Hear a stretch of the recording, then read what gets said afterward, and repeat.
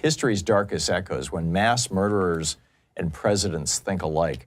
And it starts out with the story of this 32-year-old Norwegian who considered himself a deep thinker, and he was a big fan of right-wing and Russia propaganda that said that, you know, the loss of 100% whiteness in Northern Europe and white power and all those kind of things, you know, the immigrants coming in, was going to destroy Europe. Anyhow, he wrote, "When I first started blogging, I was concerned about how we could fix the system. I've gradually come to the conclusion that the system perhaps shouldn't be fixed."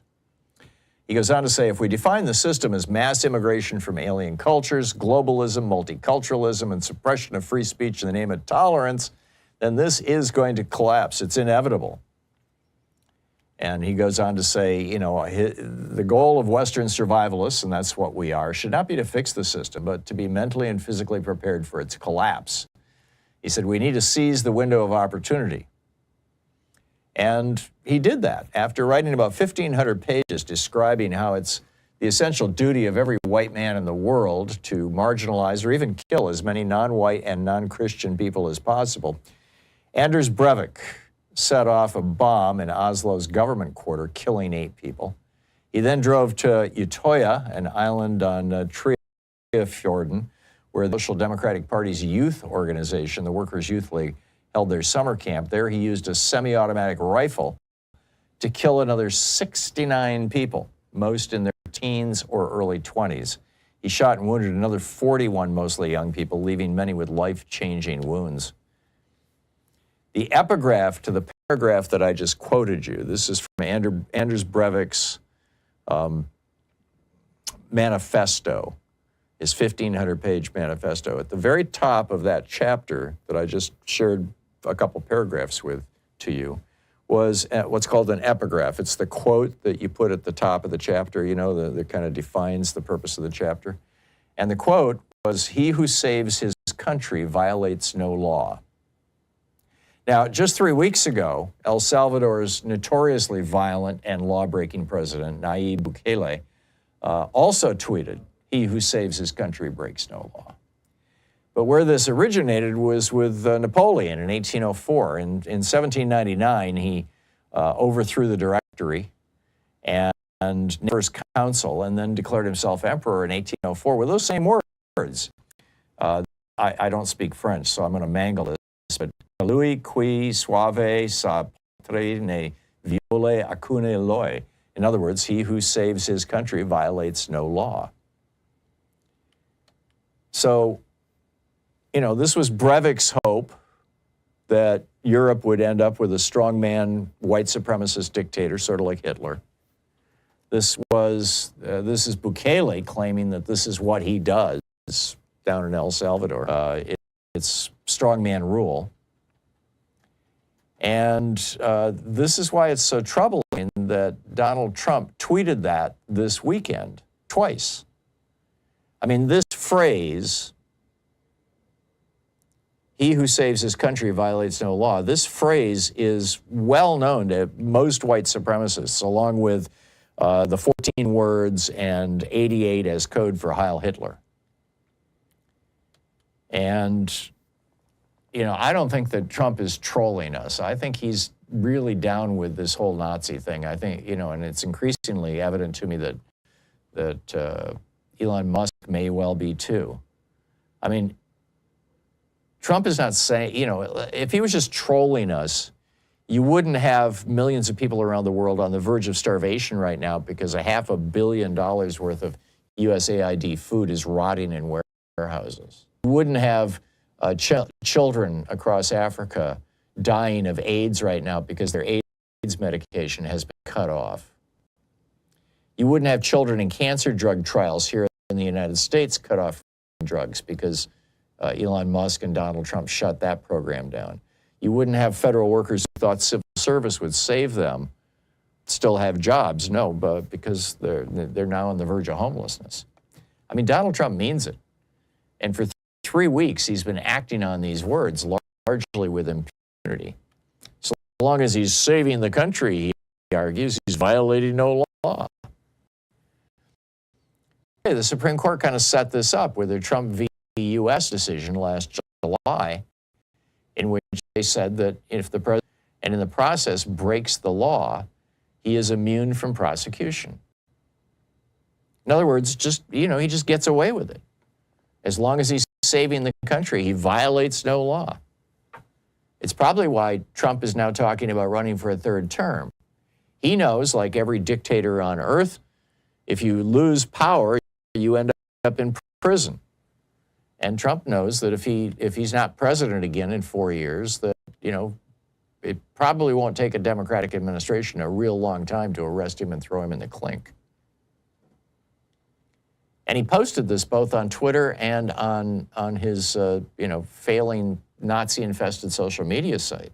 He's shoving it in our faces. Now, there are some people who think that Trump is saying this not to refer to himself being above the law, but as a shout out to the people that he just pardoned, the 1,500, right-wing potential murderers. I mean, they killed several cops. A reporter for 9 News Denver, and he writes, as a journalist who covers extremism at the local level, I think it's a mistake to view Trump's Napoleonic statement as solely about presidential power. Consider if it's interpreted as a wink and nod for any extremist to act outside the law to save the country as they see fit. Right, time to start killing liberals, harassing queer people, burning down the homes of undocumented immigrants. Putin and Orban both have, non-government militias that do exactly those things on a regular basis. And now Trump is doubling down. Yesterday, he just retweeted this right-wing message that he could defy the courts. And his fellow Elon Musk is burning through our federal government like a California wildfire. Sometimes I think T.S. Eliot was wrong. At the end of his poem, The Hollow Men, this is the way the world ends, this is the way the world ends, this is the way the world ends, not with a bang, but a whimper. I think it's ending with a bang. In addition to bringing the program here on Free Speech TV and Video Media Online, we also have a whole set of ways you can interact with us and tools you can use to spread the word about the importance of democracy and the threats to it in our republic. First, there's your daily homework.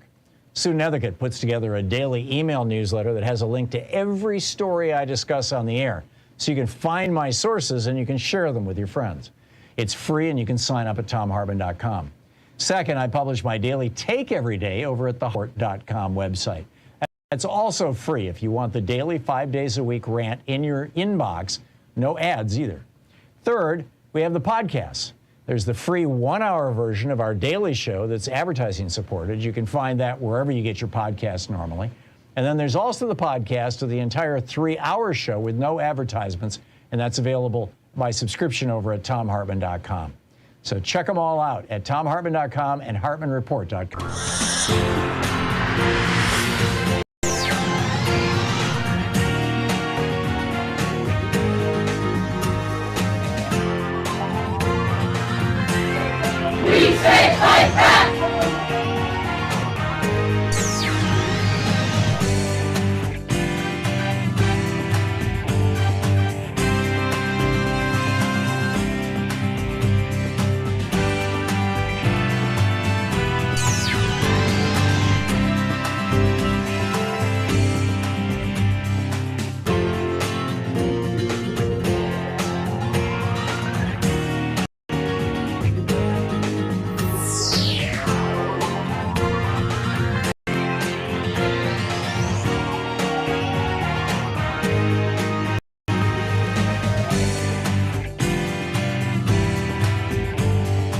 Today in the Thom Hartmann Book Club is The Age of Illusions, How America Squandered Its Cold War Victory by Andrew Bacevich. This is from the introduction. Without the Cold War, what's the point of being an American? Henry Rabbit Angstrom, novelist John Updike's late 20th century everyman, posed that question just as the long twilight struggle was winding down. More than a quarter of a century later, Rabbit's plaintive query still awaits a definitive answer. Indeed, the passage of time has only sown confusion about whether there is a point to being an American. Even as the Cold War was ending, Updike's surrogate was not alone in feeling at a loss. By the 1980s, the Cold War had become more than a mere situation or circumstance. It was a state of mind. As had rabbit, most Americans had come to take its existence for granted. Like the polar ice cap or baseball's status as the national pastime, it had acquired an appearance of permanence, so its passing caught rabbit's fellow citizens unawares. Those charged with managing the Cold War were, if anything, even more surprised. The enterprise to which they had devoted their professional lives had suddenly vanished. Here was a contingency that the sprawling U.S. national security apparatus, itself a product of the anti-communist crusade, had failed to anticipate. At one level, of course, the surprise could not have been more gratifying. In the epic competition against pitting West against East, the God-fearing against the godless, and democracy against totalitarianism, our side had won. All-out nuclear war had been averted. The cause of freedom, which Americans felt certain they themselves embodied, had prevailed. Victory was decisive, sweeping, and unequivocal. In another sense, however, the passing of the Cold War could not have been more disorienting. In 1987, a senior advisor to Soviet leader Mikhail Gorbachev had warned, "We are going to do a terrible thing to you. We are going to deprive you of an enemy." As the Soviet Union passed out of existence, Americans were left not just without that enemy, but without even a framework for understanding the world and their place in it. However imperfectly, the Cold War had, for several decades, offered a semblance of order and coherence. The collapse of communism shattered that framework. Where there had been purposefulness and predictability, now there was neither. Winning the Cold War brought Americans face to face with a predicament comparable to that confronting the lucky fellow who wins the Mega Millions lottery. Hidden within an apparent windfall is the potential for monumental disaster. Putting that windfall to good use while avoiding the pitfalls inherent in suddenly acquiring riches calls for prudence and self-awareness. Not easily demonstrated when the big house, luxury car, and vacation condo you've always wanted are yours for the asking. Similarly, the end of the Cold War might have given Americans pause, especially since the issues at hand were of considerably greater significance than homes, cars, and condos. At least in theory, the moment might have invited reflection on some first-order questions. What is the meaning of freedom? What does freedom allow? What obligations does it impose? Whom or what does it exclude? Of course, Americans had been wrestling with such questions since well before 1776, their answers evolving over time. During the several decades of the Cold War, however, the exigencies of the East-West rivalry had offered a reason to throttle down impulses to explore America's furthermost boundaries, or freedom's furthermost boundaries. Except on the fringes of American politics, most citizens accepted the word from Washington that their way of life was under grave threat. In the pecking order of national priorities, addressing that threat, defending freedom rather than enlarging it, tended to take precedence over other considerations. This is not to suggest that Cold War Americans were a complicated lot. They were not. From the 1950s, misleadingly enshrined as a decade of conformity, through the Reagan-dominated 1980s, domestic crises and controversies were constants. Among the issues energizing or enraging Americans were civil liberties, the nuclear arms race, mismanaged wars of dubious provenance, challenges to artistic tradition, left-wing and right-wing radicalism, crass materialism that coexisted with widespread poverty, and a host of simmering issues connected to race, sex, and gender. Yet through it all, an uncommon outlook centered on resistance to the red threat endured. For most citizens, most of the time, the Cold War itself was sufficient to explain the point of being an American. The collapse of the Soviet Empire between 1989 and 1991 robbed that outlook of its last vestiges of authority. Rarely, if ever, had the transition from one historical period to another occurred quite so abruptly, with such a precise set of demarcations, and with such profound implications. As if in an instant, the discipline that the Cold War had imposed vanished. The absurdity of defining reality as an either-or choice, red or dead, slave or free, good versus evil, now became blazingly apparent. The impact on American ambitions and expectations was akin to removing the governor from an internal combustion engine. Suddenly the throttle opened up. The future appeared equally promising, offering Americans a seemingly endless array of choices, while confronting them with few evident constraints. Everything seemed possible. Confident that an era of unprecedented U.S. economic, military, and cultural ascent This is the Thom Hartmann Program. Hey, happy Thursday. A lot going on today. Congresswoman Pramila Jayapal will be with us in just a minute for an entire hour taking your call. We're going to do a National Progressive Town Hall meeting with the most recent chair of the Congressional Progressive Caucus. Also, Phil Ittner will be with us at the top of the second hour, our friend who's the war correspondent, live from Kyiv, Ukraine, with an update on that as Trump goes full Kremlin. Also in the second hour of our program, this whole DEI thing that the Republicans are pushing really exposes the myth of white male superiority, and that's why they hate it. We'll talk about that, how their attack on DEI is a lie. And also, this guy's a hero. I will never obey. Mark Elias, targeted by Elon Musk, is hitting back. I'll share with you his letter to Elon Musk. In the third hour of our program, Musk trash talks DEI hires in the LA Fire Department, and a female captain has been found stabbed to death. Also, is RFK planning concentration camps for people who have mental health conditions? Lordy. And so many Americans died from Trump's COVID incompetence that it's boosting Social Security's revenues or leftover money to the tune of $205 billion. That's pretty breathtaking. So a lot to talk about, a lot to cover, but to start out for our first hour, Congresswoman Pramila Jayapal represents the 7th District of Washington State in the U.S. House of Representatives, the former chair, the chair emeritus of the Congressional Progressive Caucus. Jayapal, Jayapal.house.gov is her website, and Pramila Jayapal .bsky.social is her handle on Blue Sky. Representative Jayapal, welcome back to the program. It's so nice to have you with us. It is always great to do this hour with you, Tom. Thanks so much for all the education you do. Well, it's a pleasure and an honor to have you with us at all times. I'm curious. Quinnipiac just came out with a poll showing that congressional Republicans have around a 40% approval rating right now, but congressional Democrats are at, as I recall, 26%. It's below 30% anyway.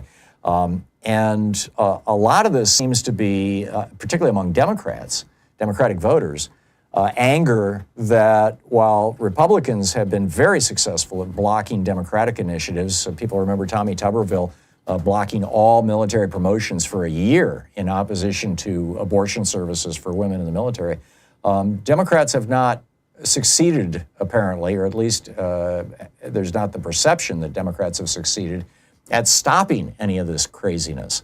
I'm curious your thoughts on that. And also, what should have been my first question, is there anything on your mind that you want to share with our listeners before we start picking up phone calls?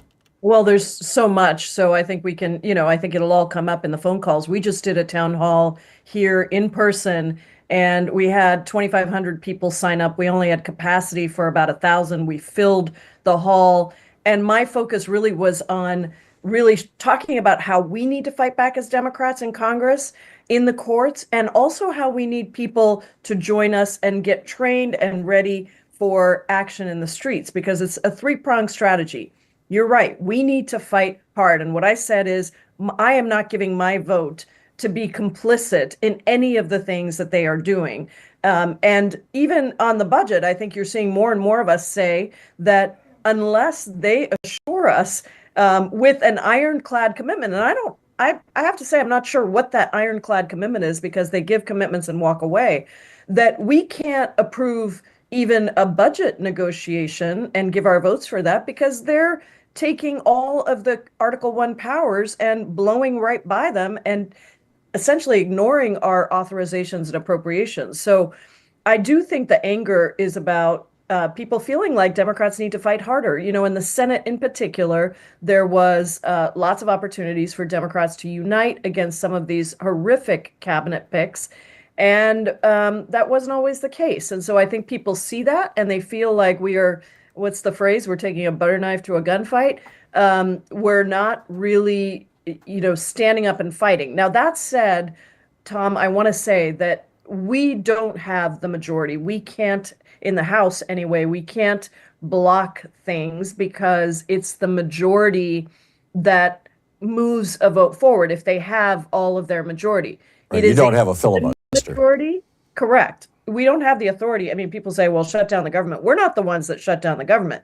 The Republicans have control of the House, the Senate, and the White House. So if their party together, they should not count on us for votes, and they will be shutting down the government. And I think they're trying to shift the blame already and say Democrats want to shut down the government. I just want everyone to be clear that we don't have that power because we don't have the majority of votes.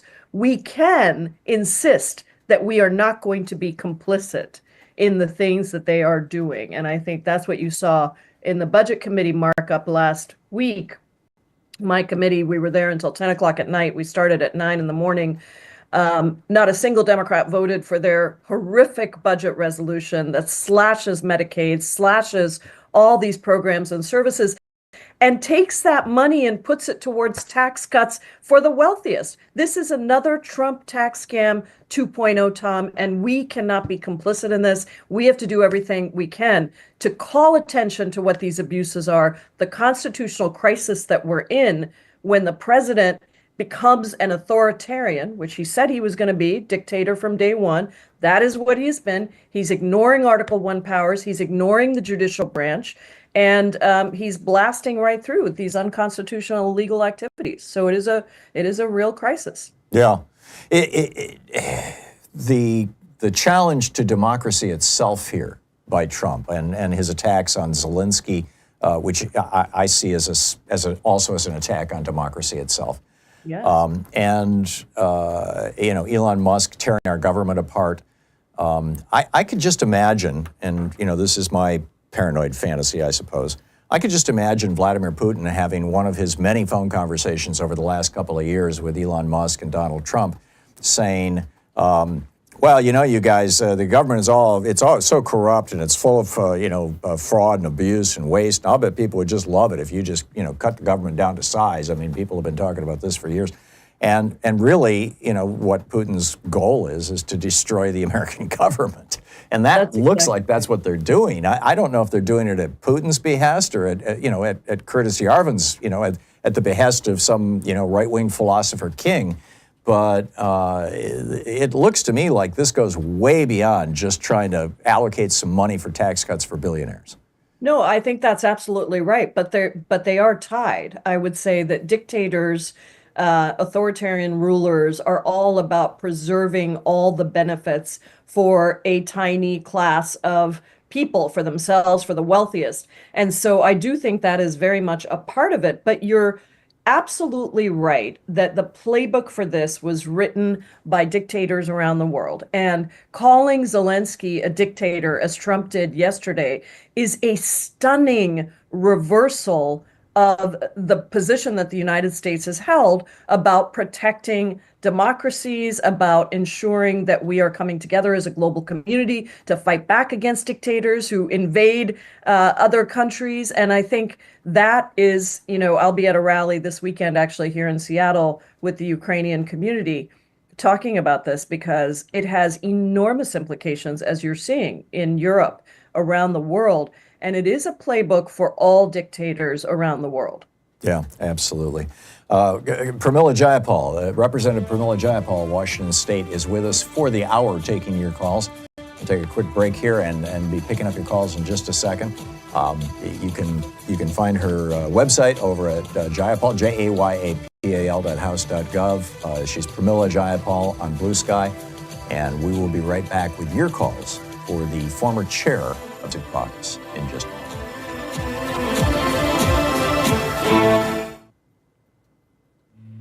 This is the Thom Hartmann Program. 15 minutes past the hour. It's the place where despair is not an option. We'll be back with your calls for Representative Pramila Jayapal right after this.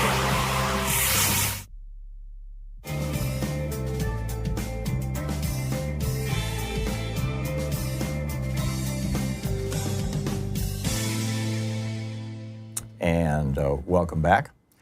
Tom in Media, Pennsylvania. You're on the air with Representative Jayapal. Yeah, Tom, can you hear me? Yeah. Okay, good. Last time I think we got cut off.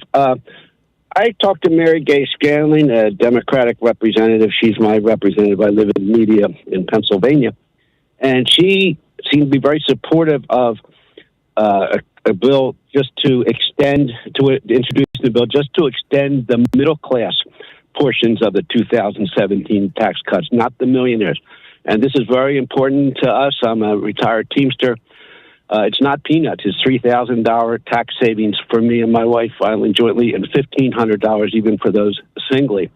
This gives you a chance to get out ahead of the Republicans on this issue, thinking that if we're going to keep our middle-class tax cut, we have to pay the millionaires. Would you support a clean bill, nothing else attached, just to introduce it, to say to middle-class tax cuts for under $100,000 incomes?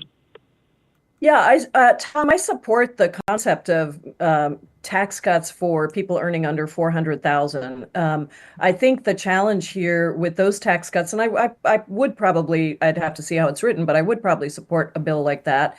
But I would just say it's breadcrumbs, okay? The richest 1% got gold bars, and they gave the middle class and working class people very relatively small tax cuts. And so I don't want to see those end. I also want to see us fighting for more equity in our tax system. You know, we implemented it here in Washington State. The right wing tried to put it on the ballot to take it back. And I'll tell you what, in every county, including the reddest counties that voted for Trump in this last election, people voted to preserve that capital gains tax. Elizabeth Warren and I have an Ultra Millionaires Tax Act, which says that, you know, we need to tax the wealth of the wealthiest half of 1.05 of 1%, actually, not even half. And that would just be 2 cents on every dollar over 50 million. We got to figure out a way to start to give the benefits at the same, you know, at a level that fixes the unequal playing field in our tax system. So that's the only thing I would say is I hope people, you know, recognize that when they talk about extending the tax cuts and they say, well, the middle class is getting something, ask how much, what percentage of the benefit is going to the middle class and working class people. If it's clean, that's a different situation. I'm always in favor of working class folks across the country, but I think what they're going to do is they're going to be, you know, saying, well, you are cutting off benefits. And I want to make sure people understand that it's breadcrumbs for the vast majority of people, and it's gold bars and luxury yachts for the wealthiest 1%. And that, we just have 15 seconds. That's absolutely what they're writing into this this budget bill they're going to be voting on next week? Correct. It's essentially a $4 trillion tax cut for the wealthiest. And in return, they're slashing Medicaid, which 72 million on. That's nursing homes. That's all of the benefits, healthcare benefits, slashing the Affordable Care Act subsidies. And you can see that Republicans are getting very nervous about this. I called out all the Republican states that disproportionately will be hurt by the cuts to Medicaid during the budget here, and you could see them all flinching. So I think we really need people to understand that. That's great.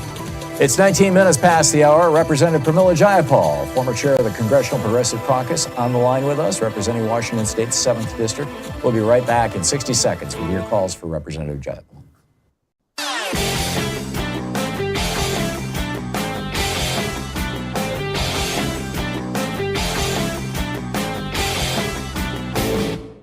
Change starts with you. You can be calling your Democratic or Republican representatives to let them know what you think by calling 202-224-3120. It'll get you right through to them. From Los Angeles to Columbia, South Carolina, from Birmingham, Alabama to Baltimore, universal basic income programs are chalking up proof after proof of their viability. Basically just giving people, low-income people, poor people, somewhere between $500 and $1,500 a month, no strings attached, is lifting people out of poverty, getting them back on track, getting them into solid middle-class jobs, helping their children tremendously. This works. Now, we don't have to do UBI in the United States. We're the only developed country in the world that doesn't have a national health care program. Health expenses are whacking a lot of low-income people. We're the only developed country in the world that doesn't have free college education. Education expenses are whacking people. There's a lot we could do. We can subsidize housing. We can subsidize food. We do that with food stamps. We could expand it. There's a lot we could do to benefit from this. There's a whole report about that over at hartmanreport.com. Check it out.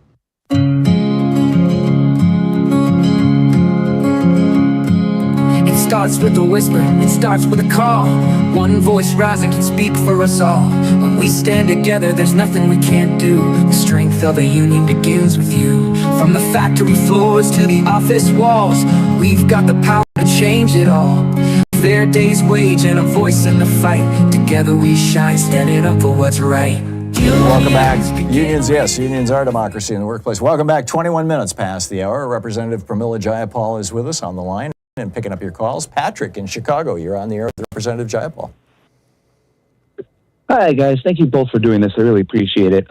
My question, well, I feel like every time you guys come out here, we do the same song and dance. You guys start by saying that we need to fight, we need to be ready, we need to take the gloves off. And then the next verse is us saying, well, where are the Democrats? What are we doing? What are you guys doing? And the chorus is the same. We don't have the majority. We can't do anything. There's only so much we can do, blah, blah, blah. Well, I have the bridge. When are we going to hear the Democrats announce a plan to purge Republicans from the voter rolls in red states, to gerrymander every single Republican district out of every single blue state, and start challenging votes at the voter polls? When is that illegal? The Republicans legalized it. We need to start fighting like that. Thank you. Yeah, I would add that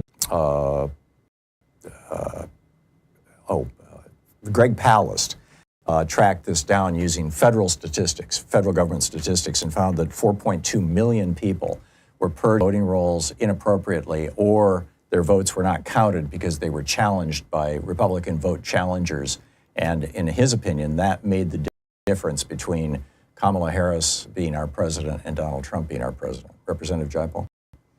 Yeah, no, I mean, I think that we have not paid attention to how we ensure the protection of voters, how we, get ahead on the gerrymandering, all of those things. We're late to the game.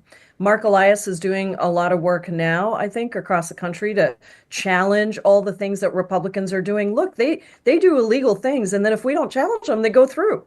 And so we do have to be very focused on those states, on gerrymandering, and on ensuring that we are drawing districts with fair lines. And so that is happening. You might have seen that there was a challenge to the in Wisconsin that was successful when they tried to throw out the mobile voter registration, facilities that were helping people. And so that just got won. But look, this is a battle by battle fight. In a giant playbook, and we've come late to the fight. But those are rearguard actions. I mean, in Georgia, for example, elections just before the election, the governor, I'm blanking on his name right now, purged from the voting rolls, principally in Atlanta, a largely Democratic city, more people than the margin by which he won the election. Yes. Yes. And the question that I've got no shortage of people calling every week and demanding I answer, and I have no good answer for this, is why aren't Democrats doing the same thing? This is legal. The Supreme Court has said, yeah, you can do this. You can purge people from the voting rolls, just cards, into heavily Republican areas, saying, are you still on the voting rolls? Do you still live where you are? And if they fail to return the postcard, just take them off the rolls. If Democrats started doing that in blue states, doing it into red areas, the way Republicans are doing it in big cities in red states, and it's the main way, by the way, that in Georgia, Florida, Texas, and Ohio, Republicans are holding on to power. If Democrats started doing that, Republicans would start squealing like stuck pigs, and maybe we would end up with some legislation outlawing it. Yeah. No, it's a really good point. I think, it comes to this question of like taking the butter knife to the gunfight. I think Democrats often want to be fair, right? And so if we're protesting Republican, I'm not saying I agree with this. I'm giving you the discussion that is happening and continuing to happen, that if Democrats do those things, are now not being fair. It is legal, as you pointed out. The Supreme Court has allowed for many of these crazy things to stand, and so not using those tools is, I think, a wasted opportunity. Omar in Herndon, Virginia, you're on the air with Representative Jayapal, and we have just about a minute and a half here. If you could make it really quick, Omar. Sure, real quick. I just want to say to the last caller, we're not like them. We're honest. We believe in democracy and a fair process. And my quick question to the Jayapal, I'm surprised no one introduced me a bill to protect federal workers. I mean, you got congressmen secretly asking other administration not to cut budgets. So why can't anybody introduce a bill to protect the federal workers. You get a lot of support throughout the Congress. Thank you. Well, we could certainly introduce a bill. The challenge is we can't move a bill. And so this is already protected in Article 1 powers, right? When Congress appropriates money, we say this is how we want money to be spent. The executive does not have the ability to just go and fire workers. And that's why some of these things are still in court. There's a long list that have been blocked temporarily. There's stuff that's still being litigated. And then, of course, everything's going to go probably to the Supreme Court. And who knows what that right-wing extremist Supreme Court will do.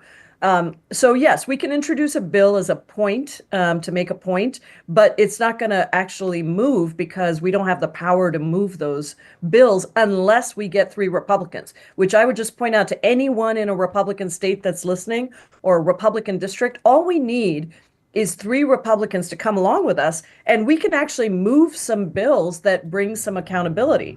And so call your representatives, and certainly if you're in a Republican district, we just need 3 to come along with us and stand up and show a little bit of spine in the midst of this authoritarian power grab. And we can at least present some real resistance through legislation in Congress. Start raising some hell. Representative Pramila Jayapal, the original Hellraiser, on the line with us. We'll be back I like that. in just a few minutes. You're listening to the Thom Hartmann Program. Call 202-808-9925. Representative Jayapal taking your calls right after the break here at the bottom of the hour. Stay tuned.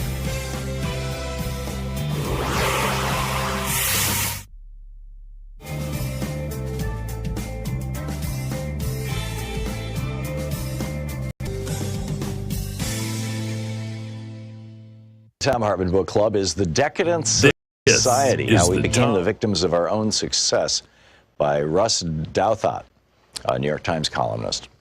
And this is from, it's about the middle of his first chapter. This is a subchapter titled The Limits of Neoliberalism. There's no shortage of theories to explain this great stagnation, to borrow a phrase from one of the theorizers, the George Mason University economist Tyler Cowen. And there's also no need to simply choose between them. Like most broad trends, the economic decadence of the developed world is overdetermined, and almost every serious attempt at explanation will contain some element of truth. The most politically appealing theories, the ones animating our populist and socialist insurgencies, tend to blame neoliberalism itself, claiming that the medicine for 1970s stagflation has proven to be poisonous in large doses. The push for ever freer trade has hollowed out Western economies, the argument goes, offshoring productive industries and killing decent jobs, making financiers and knowledge workers rich while the middle class shrinks steadily. Meanwhile, low tax rates intended to spur investment have enabled the rich to keep more of their gains while starving the programs required to protect the poor and boost the working classes. Antitrust policy has become so fixated on the so-called benefits of consolidation, lower prices for consumers, that it has ignored all the ways that market-dominant corporations can warp policies and strangle innovation. And anti-inflationary policies, forged to counteract a crisis that's now generations behind us, have been adopted as a dogma that's now by the West's financial and political elite, which demands fiscal austerity under every circumstance and deprives struggling economies of the cash they need to grow. You don't have to accept every aspect of this argument, and indeed the populists of the left and right disagree about which aspects to stress, to see that it describes a real phenomenon, perhaps not the outright failure of neoliberalism, but diminishing returns from some of its preferred policies, and an overconfidence among the Western leadership class that solutions from the 1970s are permanently applicable.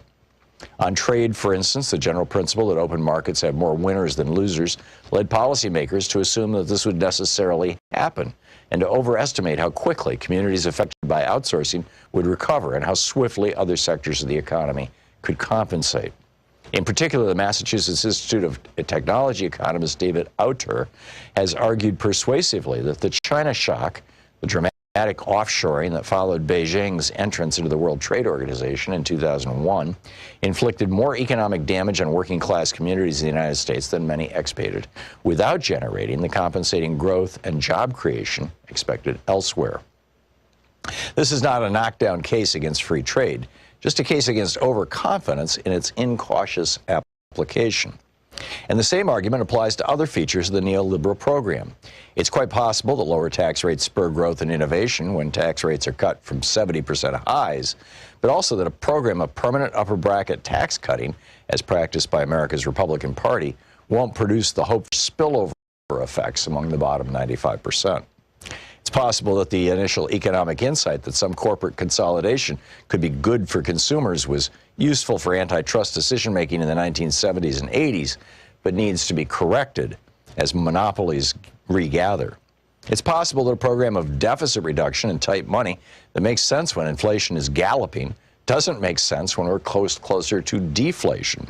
The countries sometimes need a loose monetary policy to fight stagnation, and having a financial overclass too fixated on the perils of a for now imaginary inflation is a recipe for permanently lower growth.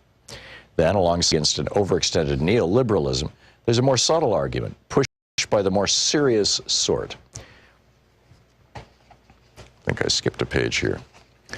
Sort of liberalism that the neoliberal program hasn't so much pushed too far as pushed in the wrong direction. In this argument, we don't need less deregulation, but a different kind than we have, because incumbents and insiders in the West have captured the sprawling regulatory state and used it to freeze out potential competition.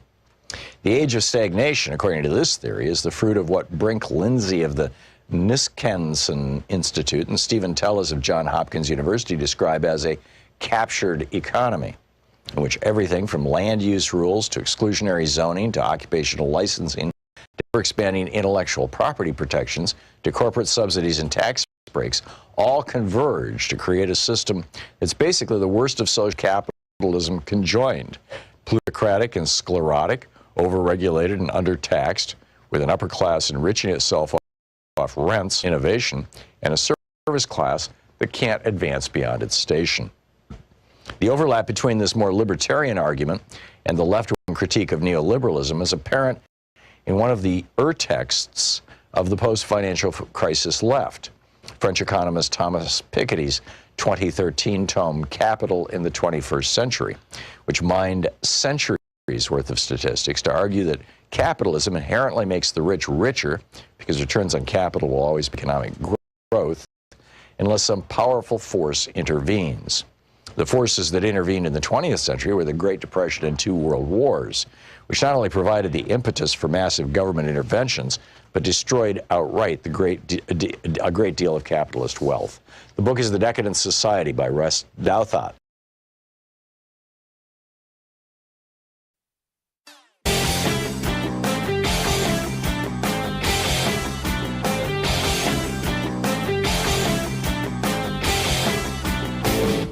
Did you know that every weekday we send out an email before the show giving you all the topics coming up so you can be fully informed and ready to interact with our program? Or that after the show we send out Sue's Stack, a list of every topic I've discussed along with clickable hot links to every source of information I've shared with you on the air? It's all completely free and available over at thom.tv, THOM.tv. Check it out.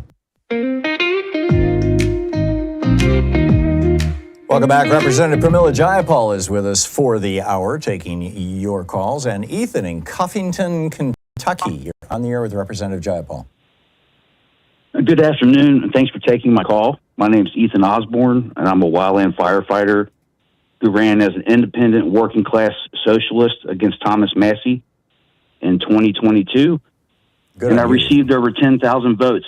That's the most for an independent in my district's history. So Thomas Massie is a card-carrying John Birch Society member and Christian nationalist and Elon Musk cultist.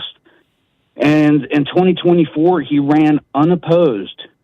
And so why would the Democrats allow someone like this to run unopposed? This is detrimental to democracy, and it's a testament to the dysfunction of the Democrats. Why do the progressives keep selling out to centrist libs, the progressive caucus? They keep selling out to the centrist libs at the expense of their actual base. The Democrats are hemorrhaging leftists into other third-party orgs, and I don't think they're ever going to recover from losing this election to Führer Drumpf. And let me tell you, the left needs to arm up, and that's all I got to say. Thank you.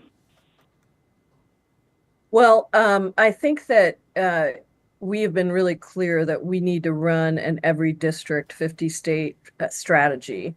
And that is really, really important. And I think that was a big consideration as we were pushing on a new Democratic National Committee chair and really thinking about how do we build our opposition in every district, every state, and make it tough for any Republican, any conservative in these districts. Let them at least face a challenge. That said, I think it's always been difficult to win seats in extremely conservative areas. I do think the model of an independent who's running on populist economic issues has shown to be one that we need to invest more in. It's been really successful. Like last election, I think it was Nebraska. I'm just going blank suddenly on the state, but I think it was Nebraska, where we had a terrific candidate. And a lot of our frontline Democrats in the toughest districts in the country are running on very populist ideas and distancing from both parties, even if they're still running as Democrats. So we don't have a multi-party system in this country that allows people to emerge easily. It is very, very difficult. I wish we did, but we don't. And so that has been one of the challenges. And I think we gotta keep looking at how we build that. Do you know if Ken Martin is committed to going back to Howard Dean's 50-state strategy? Yep, we had a long conversation with Ken. I did personally multiple times, and then also, we had a forum at the Progressive Caucus PAC, which I co-chair, and we invited both Ken and Ben Wickler in because we felt like it was really important to push our vision for what needs to be done. That was a key one. Maxwell Frost, Greg Casar, and I, who are the co-chairs of the PAC, we wrote a letter with the key principles that we needed in a DNC chair. And I think, Ken is at least says he's very committed to this. And he certainly had the history and the background of real grassroots organizing. That's great. We had Jamie Harrison on the program regularly, but it was mostly happy talk. And I would love to get Ken on, and please pass that along to him. I will, yeah. Happy to connect you. Okay, Will in Bushkill, Pennsylvania. You're on the air with Representative Jayapal. Hey, Representative Jayapal. By the way, you're one of the best. You're appreciated. Just know that. I have a real simple strategy suggestion. If you could pass it around, if you agree with it. I did this morning, and it's really getting some attention. Everybody who either is on Social Security, near Social Security, or knows or cares about someone on Social Security should make a very short little phone video. Just say, look into the camera, say, hi, my name is, whatever your name is, Trump and Musk do not steal my Social Security or Medicare. Goodbye. And upload it and to every single carpet bomb, social media as much as possible. Show a face, a real face, say your real name, we are here and we're not effing around. That's just a suggestion for a strategy. I love that so much, and it really dovetails with the strategies that I've been putting out to people as well on Social Security and Medicare. I think it's a fabulous idea because we have so many people that rely on those programs and they're so popular. Same thing with Medicaid, right? And talking about the service that you get from that with Social Security and Medicare, of course, talking about the fact that it's an earned benefit. This is not an entitlement program. This is an earned benefit. And so I think that's a fabulous idea. I will continue to lift it up. I think those stories from individual people and everybody using whatever platforms you have. It doesn't need to be traditional media. It doesn't even need to be traditional social media. What are your networks in your churches? What are your networks in your institutions of faith? What are your networks in your workplaces, your community organizations? And use those networks to really push people to tell these stories and to engage. That is, we are at the place of organizing. And on the campaign side, we're going to be doing training on nonviolent resistance tactics and strategies, looking at how other countries have overthrown dictators, because I do think we also need to train people in how to prepare for this and how to get ready for what truly, I think, is an assault on our democracy. Michael in San Francisco, you're on the air with Representative Jayapal. Representative, I have a question for you. I think it's encouraging, actually, that the Democrats chose Ken Martin because he's from Minnesota. They call their party the Democratic Farmer Labor Party, Farm labor. DFL. Yep. The Democratic Farmer Labor Party.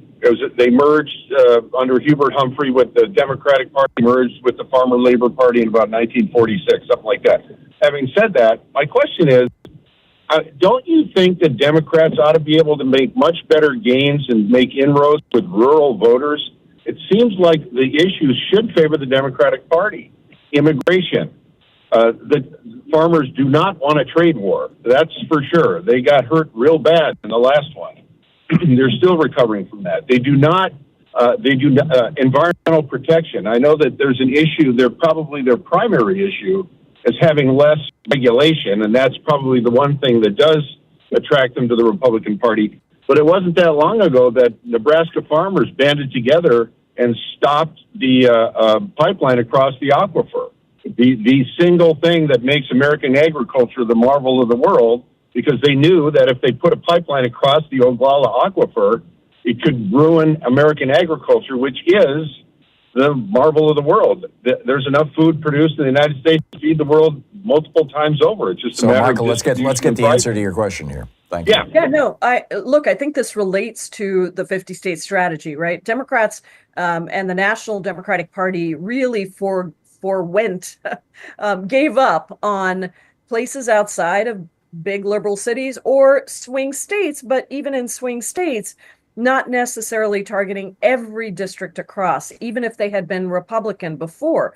And so I think your point is very well taken, because we Democrats have a lot to offer to the rural communities, and we have done a lot for rural communities, even in the Inflation Reduction Act, in the bipartisan infrastructure bill, in all of the things that we did during the Biden administration. We were actually prioritizing. Look at internet connectivity, broadband connectivity in rural areas. This is what we have been prioritizing, but we need to be out there talking about it. We need to be active in those communities.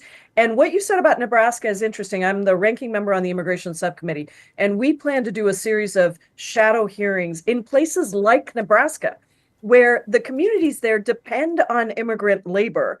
And what you are seeing already with Trump's mass deportations is that people are afraid to come to work. So many of the deportations and the detentions and the arrests are not of the so-called violent convicted criminals. These are just people who are here in the country. And a lot of people don't know that being here, undocumented presence in the United States, is not a criminal offense. It is a civil offense. If it was a criminal offense, every single one of these would have an attorney, which they do not have.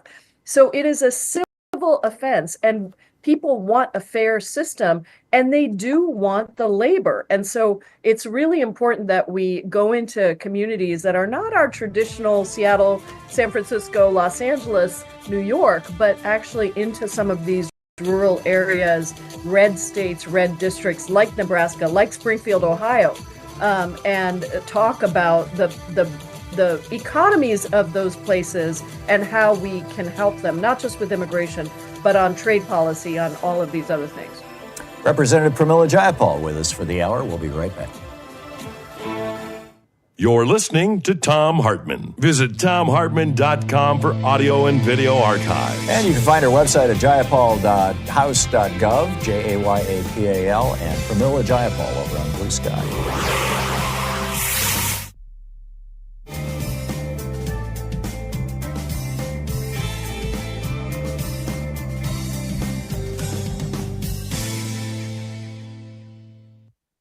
And welcome back. Morris in Inglewood, California. You're on the air with Representative Jayapal. Good morning, Congressperson, and good morning to you, Tom. This year, I'm going to tell you what the Democrats got to do. Go on down to Springfield, Ohio, and sit down with them folks that have committed suicide, because the Chinese are not buying their products no more. Used to buy 60% of them. They're not buying them no more. They're getting this Chinese, they're getting them from Brazil now. These people are starving. Farms are just going down. Get on TV, get the families out there, let's show them the tears. We got to break it down so people can feel. Let's see what's going on. And you was mentioning about this brother in Minnesota, whatnot. I understand that Canada is being threatened with some tariffs. If that's the case, I think 90% of the energy from Ontario, from Minnesota, comes from Ontario. You got to get folks out there in front. We ain't gonna wait for the summer when the heat come in and let people see right now the pain and the suffering, so they can relate to that. They don't relate to that stuff Tom talking about, democracy and authority, but they do understand tears. They do understand pain. Okay, and that's when you were smart lady. You got to move to places where you ain't been before. Move out them cities, Oakland, Los Angeles. Move into them because your message is strong. Your message is strong. Whoever controls the narrative controls the conversation. So my suggestion to you is follow up with what you're talking about. Go to them places where you normally don't go to, and go down to Springfield, Ohio, and show the people suffering, losing their farms, committing suicide, and then we can move from there. All right, thank you. Yeah, I agree. I think we gotta get out there. We gotta use different platforms. We gotta be pushing what we've done, what our solutions are, because I think they speak to the majority of the American people. And it was Abraham Lincoln. Nancy Pelosi always used to quote the Abraham Lincoln quote about public sentiment. With it, you can do everything. Without it, you can do nothing. She didn't always quote the last sentence of it, which is, "He who wields control over public opinion," I may be getting these words wrong, wields more power than he who controls judicial statutes or legislation. That could be Elon Musk's motto. Yeah. I'm serious with X, the public opinion. Yeah, but we do need to talk to people, which is what I understood the caller to be saying. There you go. Donna in Zionville, North Carolina. You're on the air with Representative Jayapal. We have 1 minute and 20 seconds to the break. Donna in Zionville, North Carolina? Walter in Seattle. Walter, you're on the air with Representative Jayapal. We have 1 minute. Oh, hi. Roy Cohn was our family attorney, and Representative Jayapal is my representative. I live on Queen Anne. She's terrific. I have a question for you. How soon will we have a 1-hour daily program and give the facts about the fire hose of lies coming out? So I want the Democrats to have a 1-hour program daily. How soon could we do this, hosted by a comedian? Interesting idea. I'll take it back. We just started, the Democratic Caucus just started a show called the #WTF show. So it runs Wednesday, Thursday, Fridays on Instagram. Has 2 members talking to each other about the things that happened, that day. I think it's towards the idea you're talking about, but I like it. I'll take it back. You can simulcast that now on Substack and on Blue Sky, the 2 main progressive platforms these days. Yeah. If your tech people have any questions about that, Nate, our video guy, is a genius in this regard, and I'm sure he'd be glad to help out. Yeah, that's a good idea. I'll take that back too. Yeah, it's real easy. I mean, we're right now streaming on Blue Sky, on Twitter, on Facebook, on Substack, on YouTube. There's a half a dozen other places, in addition to all the radio stations and in addition to Free Speech TV and, all that kind of stuff. And Nate can show you how to do it all. Yeah, that's awesome. Thanks, Tom. 49 minutes past the hour. We'll be back in just 1 minute.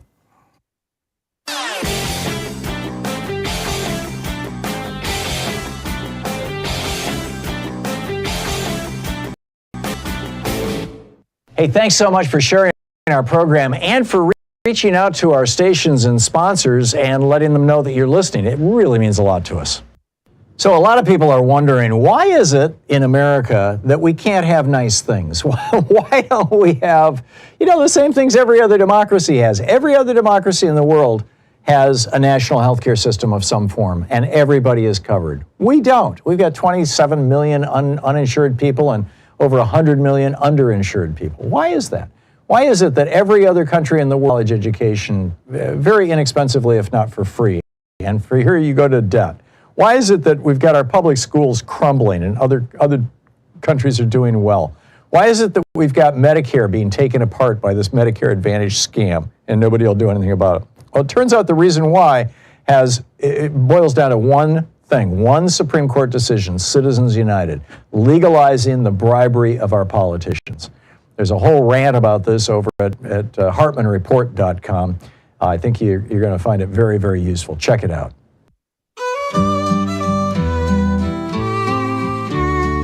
For the hour, Representative Pramila Jayapal taking your calls for the hour. Devon in Pittsburgh, Pennsylvania. You're on the air with Representative Jayapal. Hi, Representative Jayapal. Thank you so much for coming in. My representative is Summer Lee of Pennsylvania's 12th, and she'll be holding a town hall tonight at 6 o'clock by telephone. And one of the issues that she's focused on that someone needs to clue in Musk is wasteful spending out of the Pentagon. So there's one company in particular, BAE Systems. They operate U.S. Army ammunition plants in Tennessee, in San Francisco, in Virginia. They operate those plants for a profit, and profit they do. So if they really want to save some money, it's the Pentagon that is bleeding America dry. Yes, I agree with you. I've had an amendment every year to cut the Pentagon by at least 10%, to cut out waste, fraud, and abuse. There are a number of places where we've introduced bills and legislation around this. When Musk first announced Doge, we actually called out the Defense Department. And interestingly, it was not amongst the first moves that he made, because guess who gets billion contracts from the Defense Department? Who has a direct conflict of interest with, Boeing, for example? Musk's companies are in direct conflict with some of the companies that he is cutting now. So there's all kinds of corruption. They did finally announce some cuts to the Defense Department. I haven't gone through them in detail yesterday, but it looks to me like they're doing the cuts not on waste, fraud, and abuse of massive private defense contractors, but by eliminating critical services in other countries, like going back to the global leadership and the way that they've cut USAID. They're cutting the State Department. They're cutting, and they're turning to dictators. They just cut a bunch of money from Nepal that had, essentially we had wooed Nepal away from China on infrastructure, and now they've paused those dollars. So I need to go through the list that they're putting forward for DOD and see if they're actual waste, fraud, and abuse, or if it's just more consolidation of Musk's financial interests that are there. But you're absolutely right. Enormous amounts of opportunity to cut the Defense Department, the only agency in the federal government that has never been able to pass a successful audit. And it's not for lack of trying. They've tried and I think failed 7 times. So this is a huge issue. And going after places like Nepal, that's also Putin's agenda for us. So exactly. Alejandro in Miami, you're on the air with Representative Jayapal. Hello, Representative. My big question is that now we're seeing Trump's dictatorial and authoritarian tendencies. What legislation will you propose to put a limit to that, to stop this authoritarian tries to take over and usurpation of our government? He's undermining Article 1 powers. He's undermining Article 3 powers with the courts. There be significant political reforms to prevent a dictatorial president like Trump or anyone else from coming in the future. So what can you do to solve that problem?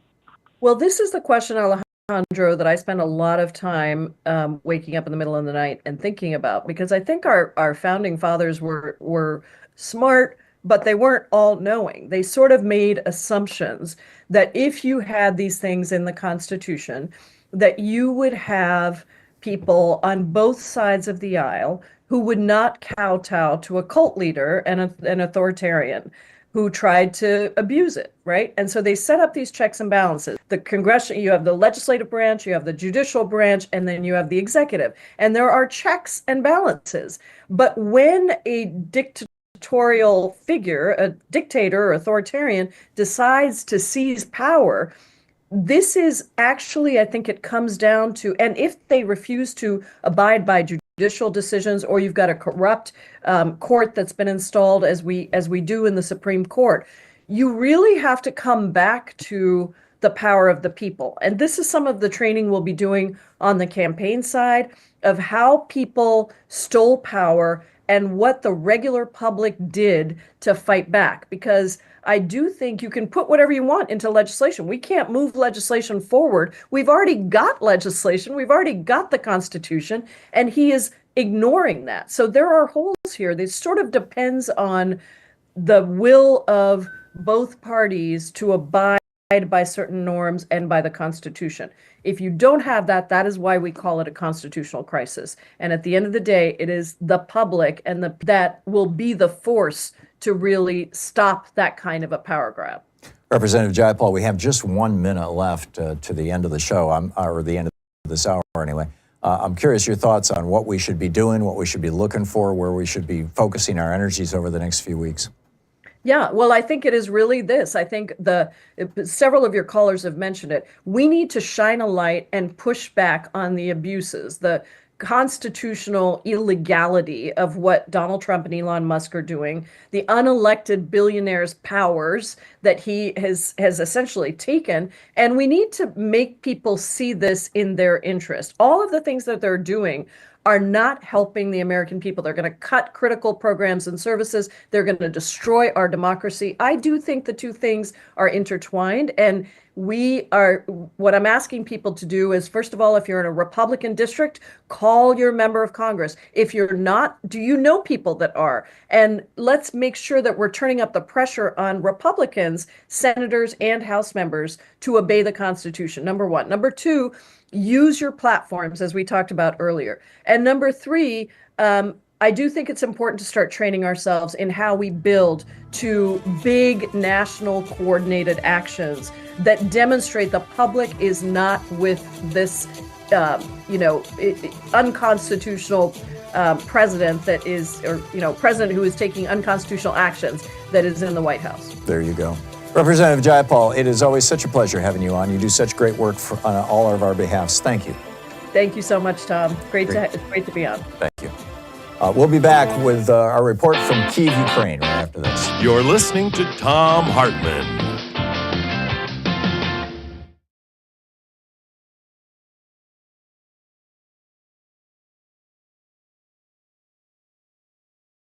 In addition to bringing you the Thom Hartmann Program here on Free Speech TV and Video Media Online, we also have a whole set of ways you can interact with us and tools you can use to spread the word about the importance of democracy and the threats to it in our republic. First, there's your daily homework. Sue Nethercutt puts together a daily email newsletter that has a link to every story I discuss on the air, so you can find my sources and you can share them with your friends. It's free and you can sign up at thomhartmann.com. Second, I publish my daily take every day over at the hartmannreport.com website. That's also free if you want the daily 5 days a week rant in your inbox. No ads either. Third, we have the podcasts. There's the free 1-hour version of our daily show that's advertising supported. You can find that wherever you get your podcasts normally. And then there's also the podcast of the entire 3-hour show with no advertisements, and that's available by subscription over at thomhartmann.com. So check them all out at thomhartmann.com and hartmannreport.com.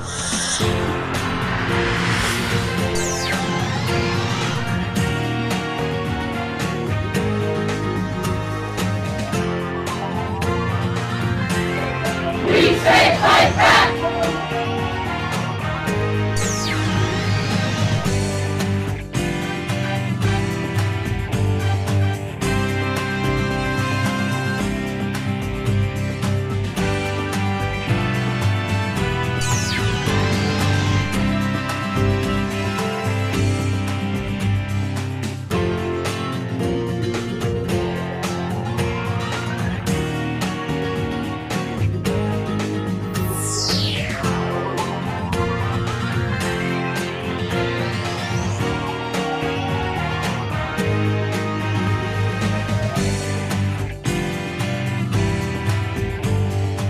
Book today in the Thom Hartmann Book Club is The Decadent Society, How We Became the Victims of Our Own Success by Russ Douthat, a New York Times columnist. And this is from, it's about the middle of his first chapter. This is a subchapter titled The Limits of Neoliberalism. There's no shortage of theories to explain this great stagnation, to borrow a phrase from one of the theorizers, the George Mason University economist Tyler Cowen. And there's also no need to simply choose between them. Like most broad trends, the economic decadence of the developed world is overdetermined, and almost every explanation will contain some element of truth. The most politically appealing theories, the ones animating our populist and socialist insurgencies, tend to blame neoliberalism itself, claiming that the medicine for 1970s stagflation has proven to be poisonous in large doses. The push for ever freer trade has hollowed out Western economies, the argument goes, offshoring productive industries and killing decent jobs, making financiers and knowledge workers rich while the middle class shrinks steadily. Meanwhile, low tax rates intended to spur investment have enabled the rich to keep more of their gains while starving the programs required to protect the poor and boost the working classes. Antitrust policy has become so fixated on the so-called benefits of consolidation, lower prices for consumers, that it has ignored all the ways that market-dominant corporations can warp policies and strangle innovation. And anti-inflationary policies, forged to counteract a crisis that's now generations behind us, have been adopted as a dogma that's now by the West's financial and political elite, which demands fiscal austerity under every circumstance and deprives struggling economies of the cash they need to grow. You don't have to accept every aspect of this argument, and indeed the populists of the left and right disagree about which aspects to stress, to see that it describes a real phenomenon, perhaps not the outright failure of neoliberalism, but diminishing returns from some of its preferred policies, and an overconfidence among the Western leadership class that solutions from the 1970s are permanently applicable. On trade, for instance, the general principle that open markets have more winners than losers led policymakers to assume that this would necessarily happen and to overestimate how quickly communities affected by outsourcing would recover and how swiftly other sectors of the economy could compensate. In particular, the Massachusetts Institute of Technology economist David Ittner has argued persuasively that the China shock, the dramatic offshoring that followed Beijing's entrance into the World Trade Organization in 2001, inflicted more economic damage on working-class communities in the United States than many anticipated, without generating the compensating growth and job creation expected elsewhere. This is not a knockdown case against free trade, just a case against overconfidence in its incautious application. And the same argument applies to other features of the neoliberal program. It's quite possible that lower tax rates spur growth and innovation when tax rates are cut from 70% highs, but also that a program of permanent upper bracket tax cutting, as practiced by America's Republican Party, won't produce the hoped-for spillover effects among the bottom 95%. It's possible that the initial economic insight that some corporate consolidation could be good for consumers was useful for antitrust decision-making in the 1970s and 80s, but needs to be corrected as monopolies regather. It's possible that a program of deficit reduction and tight money that makes sense when inflation is galloping doesn't make sense when we're closer to deflation. The countries sometimes need a loose monetary policy to fight stagnation, and having a financial overclass too fixated on the perils of a for-now imaginary inflation is a recipe for permanently lower growth. Then, alongside this brief against an overextended neoliberalism, there's a more subtle argument, pushed by the more serious sort. I think I skipped a page here. Sort of liberalism that the neoliberal program hasn't so much pushed too far as pushed in the wrong direction. In this argument, we don't need less deregulation, but a different kind than we have, because incumbents and insiders in the West have captured the sprawling regulatory and used it to freeze out potential competition.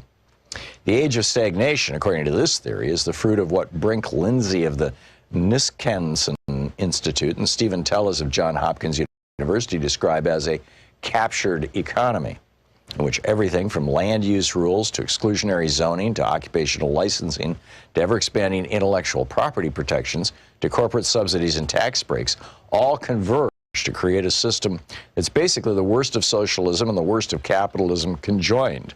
Plutocratic and sclerotic, overregulated and undertaxed, with an upper class enriching itself off rents rather than innovation, and a service class that can't advance beyond its station.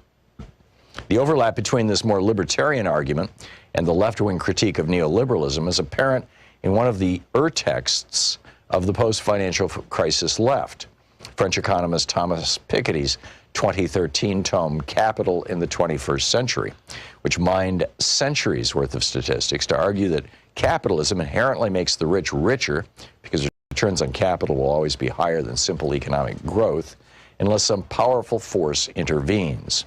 The forces that intervened in the 20th century were the Great Depression and 2 world wars, which not only provided the impetus for massive government interventions, but destroyed outright a great deal of capitalist wealth.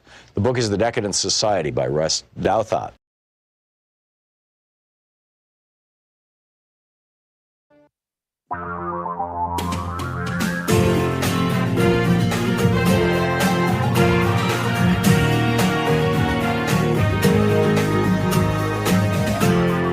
This is the Thom Hartmann Program.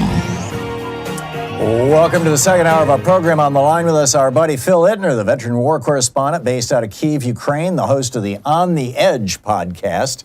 Ittner Philip over on, or Philip Ittner on YouTube, Ittner Philip on Blue Sky and on Twitter. Phil, it's been a wild week. I'm guessing you were rather shocked to discover that you live in a dictatorship that attacked Russia, or attacked itself, I guess. What other kind of BS is, Trump selling over there? And Vance and Hegseth.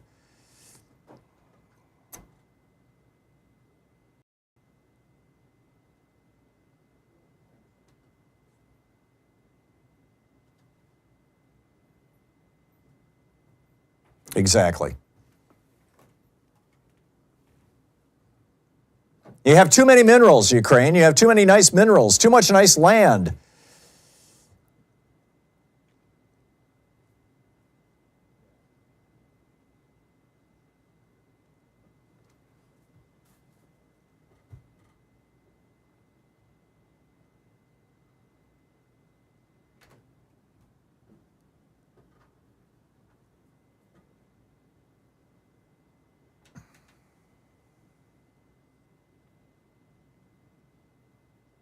He being Trump. Yeah.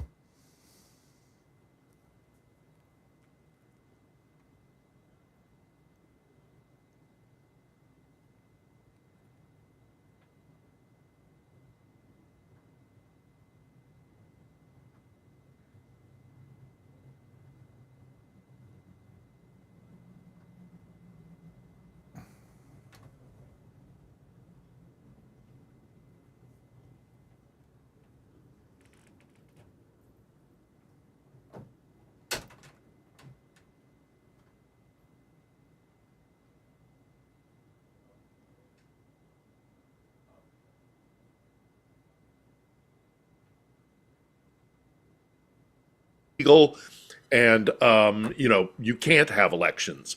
But again, the reaction to Trump insulting their president at a time of war has many of his most ardent critics saying, well, if Trump tries to interfere, and if Trump says that, I'm going to vote for Zelensky, even if we do have elections.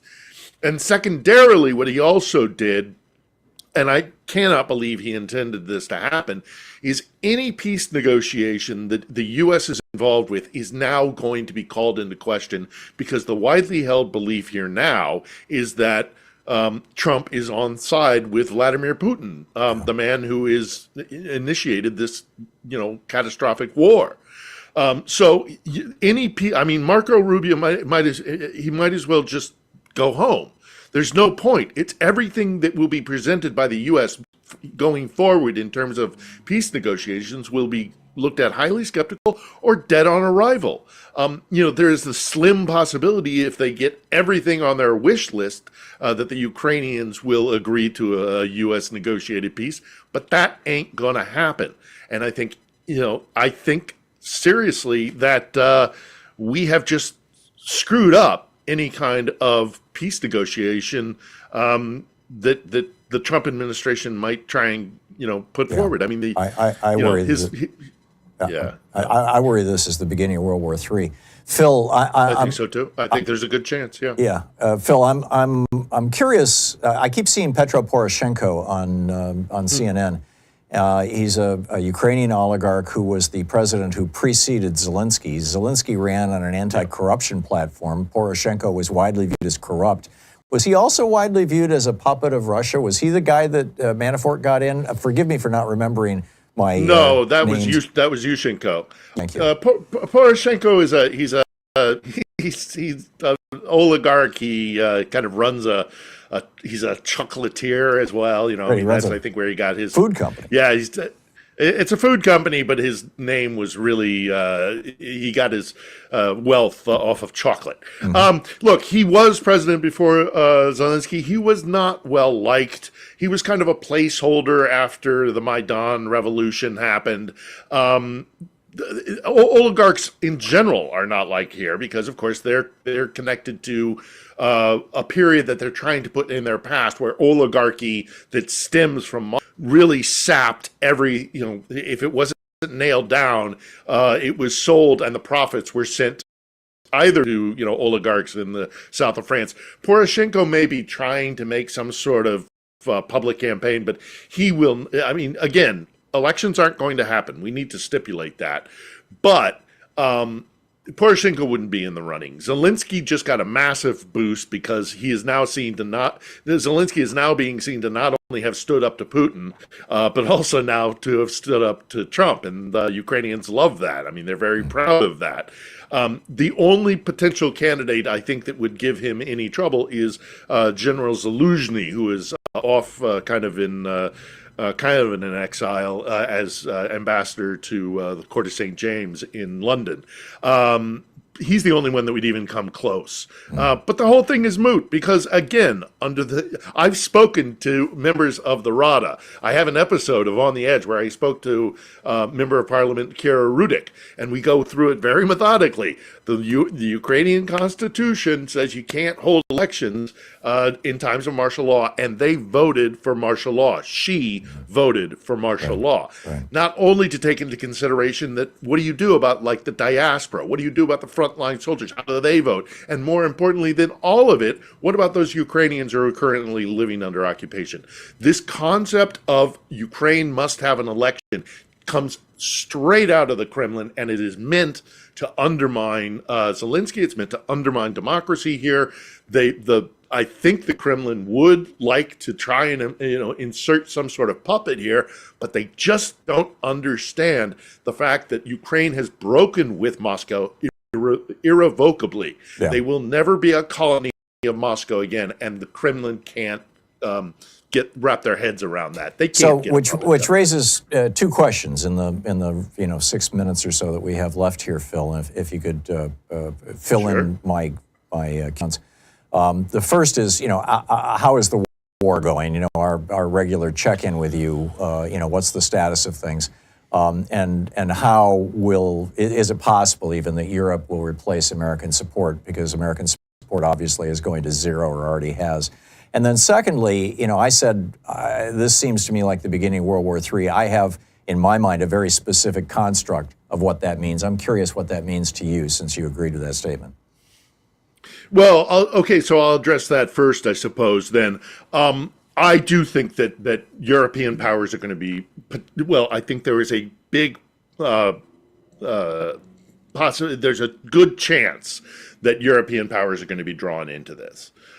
Because if indeed Ukraine is pushed back and pushed back and pushed back, almost to the point of maybe to the Polish border, Europe will not sit idly by. The Poles in particular will not sit idly by. If they go for one of the Baltic states in Article 5, now we may be on our way out of NATO. I hope that's not true, but clearly, the Trump administration has some concept of withdrawing from NATO. So will Article 5 be initiated? Well, I can't see Trump coming to the defense of Estonia. But the Europeans might, certainly the Scandinavians in particular, who will see the threat. So they might be drawn in. By weakening Ukraine, you are emboldening Moscow. You are emboldening Vladimir Putin, and he will not stop with just Ukraine. It might not be tanks on the Champs-Élysées, but the influence, the undue influence that the threat of a reinvigorated Moscow poses to Europe as a whole will be unacceptable to them. And I think that by abandoning Ukraine, Trump might make the world far more dangerous, not less so. And it's it's a foolish, dangerous thing to be playing with. And he's Did playing with Macron fire. just back down from his statement that he would consider sending troops? I saw a headline to that effect, and then I saw another headline suggesting that Keir Starmer is saying that he would consider troops. I mean, what's the status of the Europeans relative to Ukraine right now, particularly given this vacuum that Trump just created? Well, I don't think Macron fully withdrew that. He had floated the idea that French troops could come in and do some of the kind of like logistics, far off the front line kind of stuff. Maybe like border peacekeepers. patrol along peacekeeper or a border patrol presence on the Belarusian border, I think is what was really floated. But you're doing logistics, running command and control, or all that kind of thing, not frontline kind of activity. Starmer has put forward the idea that in any kind of a peace negotiation, if there was to be some sort of demarcation line, that he would be willing to put British troops on that demarcation line. There's a lot of talk going on right now in Europe. There's a lot of confusion because, this has been a real shock to the system that America would abandon Europe. And the Europeans, admittedly, have kind of relied on America disproportionately, and they're now finding themselves in the position where they're going to have to figure out this internal discussion about what to do amongst a potential, independent European security apparatus. I got it. We have just a minute left here, Phil, before we hit this break. I'm curious, how's the war going? So the war is going is about the same. Some advances are being made in Donbass, but there's defense in strategic depth is what they call it. There are rows after row after row of Ukrainian defensive lines. They're not going to advance in any kind of swift blitzkrieg. The Ukrainians themselves inside Kursk, that area of the Russian Federation where they crossed over into, they've been making advances there as well. With the American withdrawal, one of the things that is most disturbing is not what's happening on the line, but is the fact that we are going to be depleted with our anti-air defense, our air defense capability, notably Patriot missile systems, which means that it is far more likely that places like Kiev, Odessa, Lviv, Zaporizhia, all these cities that are off the front line will be more susceptible to attack. And so we might start seeing more cities suffering greater damage as America denies Ukraine any kind of support. Amazing. Horrible, actually. Phil Ittner, wars correspondent based out of Kyiv, Ukraine, host of the On the Edge podcast. Check it out. Also, Ittner Philip, ITTNERPHILIP over on Blue Sky. Phil, thanks so much. Always good talking with you. Thank you, Tom. Yeah, see you. Talk to you next week. We'll be right back. This is the Thom Hartmann Program. So, DEI exposes the myth of male superiority. I'll tell you about that right after the break.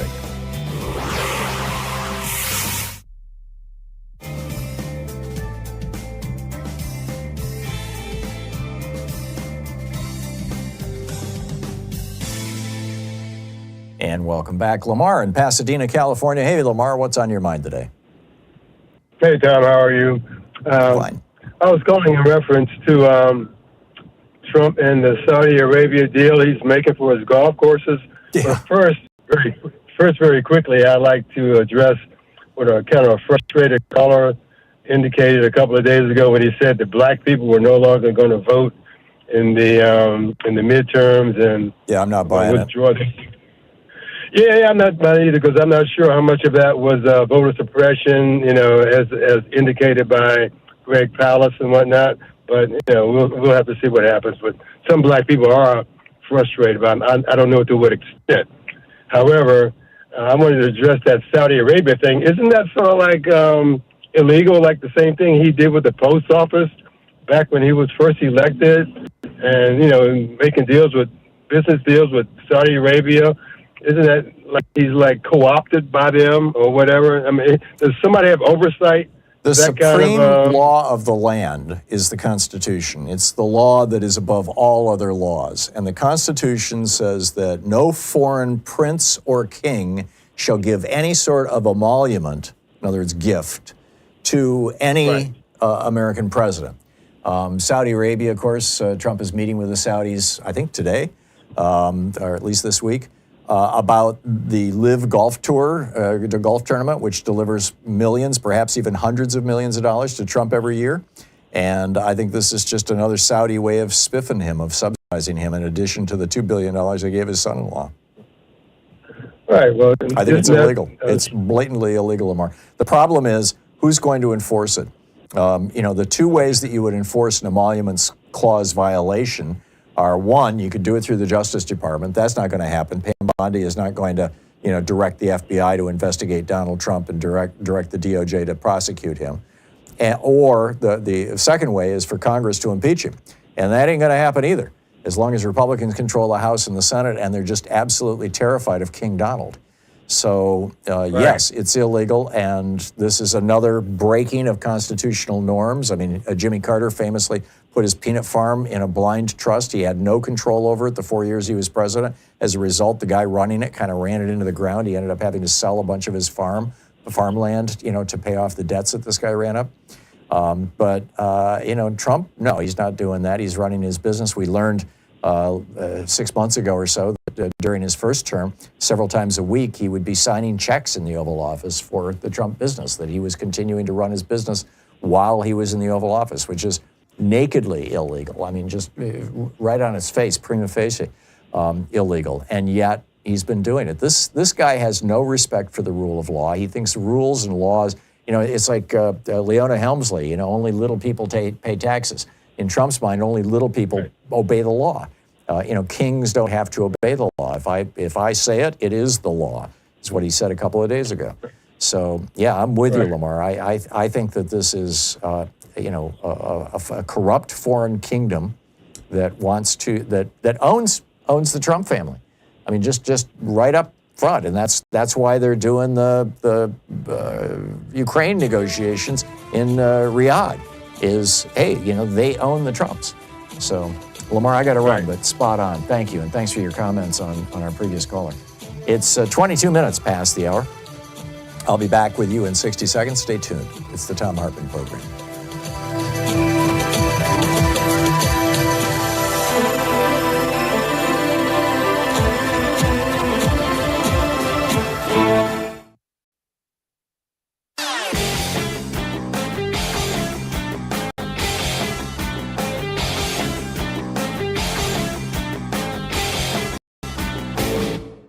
Missed my opening rant today? It's usually published over at HartmannReport.com, where you can read it and share it with your friends for free. Check it out, HartmannReport.com.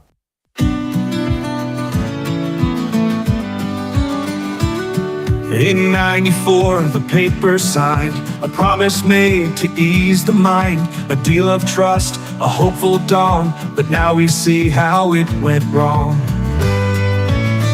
Ukraine gave up its mighty shield, the power no nation dared to wield. For peace they traded fire for trust, now that promise lies in dust. Oh, the Budapest betrayal, a trust exchange but hearts impaled. The world looked on, it turned away, while children cried where bombs now lay. The Budapest betrayal, a shattered vow, a tragic tale. Welcome back, 24 minutes past the hour. So my op-ed today over at Hartmann Report's Daily Take is titled, DEI Exposes the Myth of Male Superiority, and That's Why They Hate It. It really goes beyond that. The point that I'm making with this article is that when Republicans and right-wing commentators and Fox News commentators and people like that, when they say, oh, she must be a DEI hire or he must be a DEI hire, what they mean is she, a woman, or he, presumably a black man, must be inferior to the white person who could have otherwise done that job. In other words, that DEI is about promoting women and black people in particular. I mean, it extends to other minorities as well, but particularly women and black people, in addition to the queer community and the Hispanics and Asians and et cetera. But the meme that the Republicans are promoting is that inferior women and black people are getting jobs that superior white people should have had. And that's a lie. That is not what DEI is. DEI doesn't promote inferior white people, or white women and black men or women into positions that would have been held by superior white people. It's the other way around. What DEI does is it says, you know, traditionally, and I kind of hate that word because it seems kind of neutral, but nonetheless, traditionally, historically, what's happened is that white employers, which is, you know, at one point in America was all employers, for pretty much, white employers hire white people because they feel more comfortable with them, because they're white, because, you know, for a whole bunch, because it's easy, for a whole bunch of reasons. So instead of just looking at the pool of white people, we're going to open the door a little wider and look at a larger pool of people. And if we can find a woman who is more qualified than a white man, we'll hire her. If we can find a black man who's more qualified than any of the white applicants, we'll hire them. DEI guarantees that the most qualified person is in the job, not the least qualified. And the media won't point that out. They simply repeat Donald Trump saying, oh yeah, you know, the helicopter crashed because there was a woman pilot. She was a DEI hire. This is just a naked, racist, sexist lie. And the American media has completely failed to point this out. And now you've got, you know, Pete Hegseth, he's going to fire a bunch of generals because, hey, they hired black people. Well, they were highly qualified black people. They were better qualified than the white people. Lloyd Austin was one of the best defense secretaries we've ever had. So anyway, you can read all about it. I lay the whole thing out, point by point by point. And what a crime it is that the media is not pointing out how racist and sexist this is. Over at HartmannReport.com, it's our daily take. It's titled, DEI Exposes the Myth of White Male Superiority, and That's Why They Hate It. You're listening to the Thom Hartmann Program. Call 202-808-9925. Mark Elias is a hero. I'll tell you about that after the break, and I'll pick up your calls. Stay with us.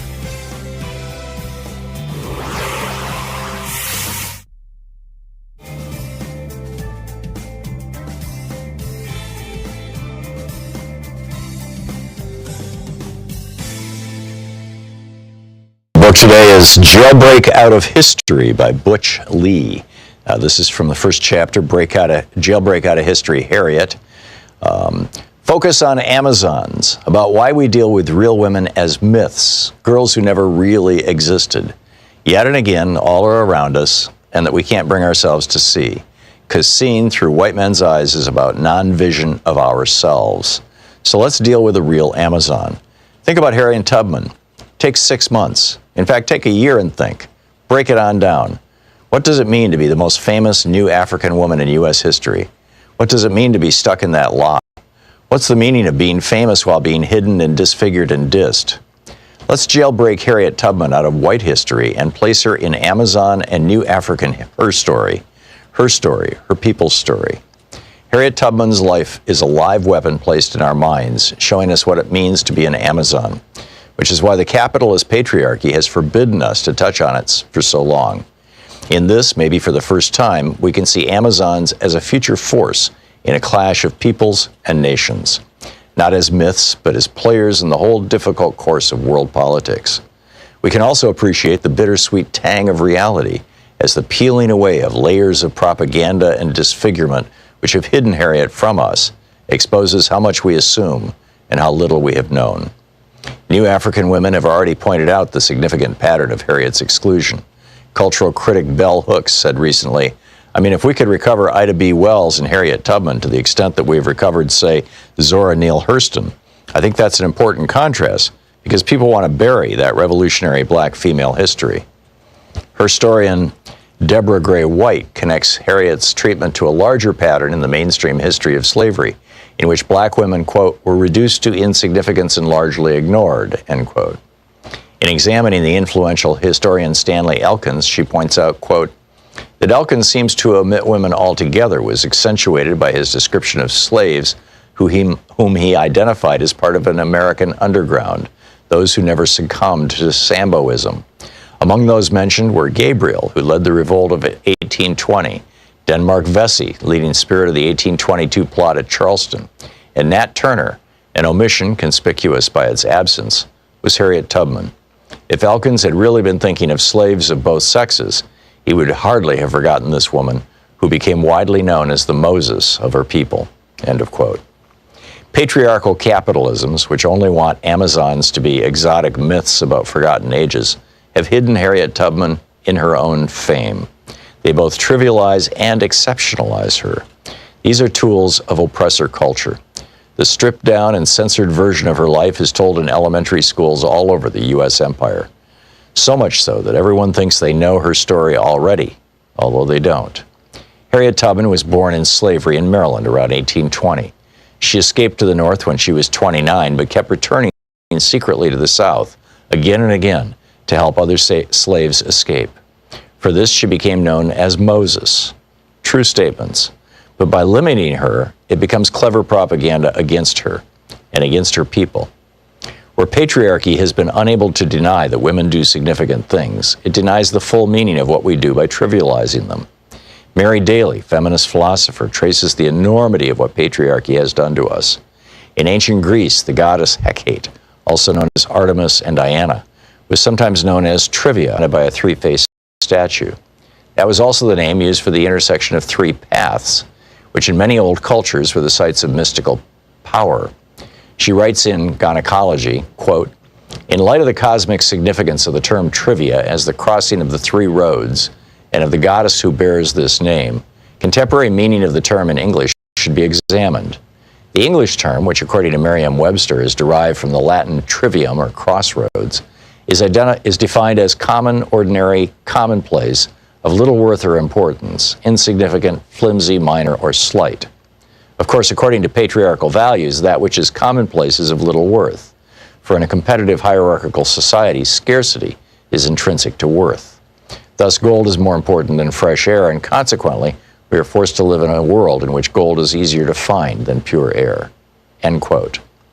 So to trivialize Harriet Tubman, the capitalist patriarchy pictures her as an idealized woman by their definition, who makes a life of helping others. Thus, her deeds are squeezed into women's assigned maternal role as nurturer, helper, and rescuer of men, who then go on to do important things. But Harriet wasn't repping Mother Teresa. She wasn't even any kind of civilian at all. She was a combatant, a guerrilla, a warrior carrying pistol and rifle, fighting in her people's long war for freedom, a war that rocked the foundations of American society, and that has never gone away. Think about what it means to be called Moses, which was the code name other new Africans gave her, and which became Harriet's famous warrior name in the anti-slavery underground. When we check out the Bible, we can see that Moses was a ruthless visionary, someone who forced the boldest changes and risks upon his people so that they could survive, who led them out of captivity. To put it simply, Moses was a leader in a time of war. So too was Harriet Tubman. The book Jailbreak Out of History by Butch Lee.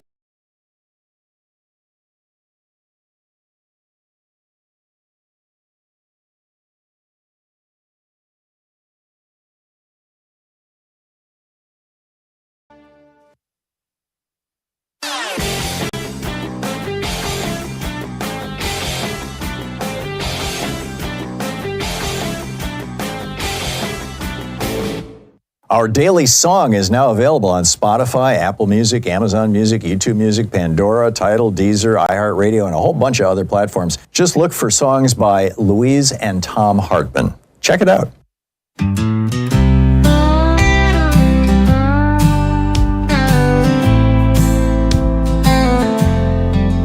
They built the gates, locked the doors, kept the world just like before.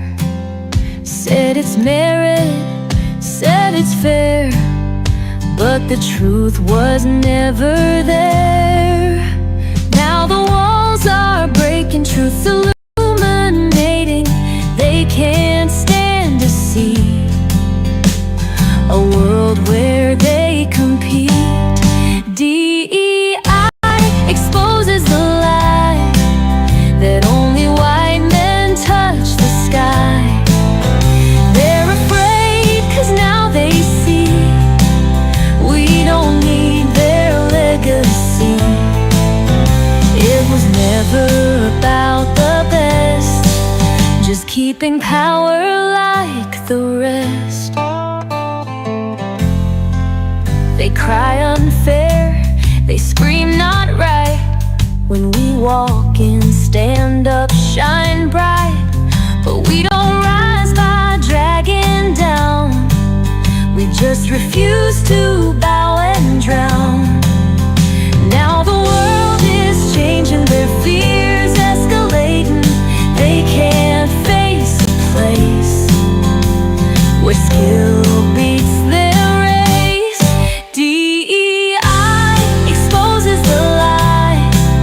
Welcome back, 36 minutes past the hour. So Susan Collins just came out and said she's going to vote no on Kash Patel for FBI director. She said there is a compelling need for an FBI director who is decidedly apolitical, after pointing out that it looks like there's a purge of non-Trump loyalists going on at the FBI. She says, therefore, I will vote against this nomination. So 1 down. We need 4, so we'll see. Meanwhile, Mark Elias, the attorney, he's got a great newsletter over on Substack. DemocracyDocket.com will get you there. Actually, maybe it's not even Substack. I'm not certain. But Democracy Docket, I subscribe to it. I send Mark a little money every month. I strongly recommend you do too. He's doing God's work. And Elon Musk just went after him over on his Nazi-infested website, and asked and said that Elias and another lawyer are, quote, undermining civilization. I suspect Elon Musk means white civilization, or at least white Christian civilization. He goes on to ask if Elias suffered childhood trauma, and suggests that he's suffering from, quote, generational trauma. In other words, hey, you're Jewish. And literally, I mean, that's, or presumably, let's say. So Mark Elias wrote an open letter to Elon Musk, and I'll just share a few excerpts from it with you. He says, I used to be a regular on Twitter, and then he talks about how it's become a hellish, it became a hellscape of hate and misinformation, under Musk's leadership. He says, I also used to buy your cars, first a Model X and then a Model S. He said, my family no longer owns any of your cars and never will, but that's not the reason I'm writing.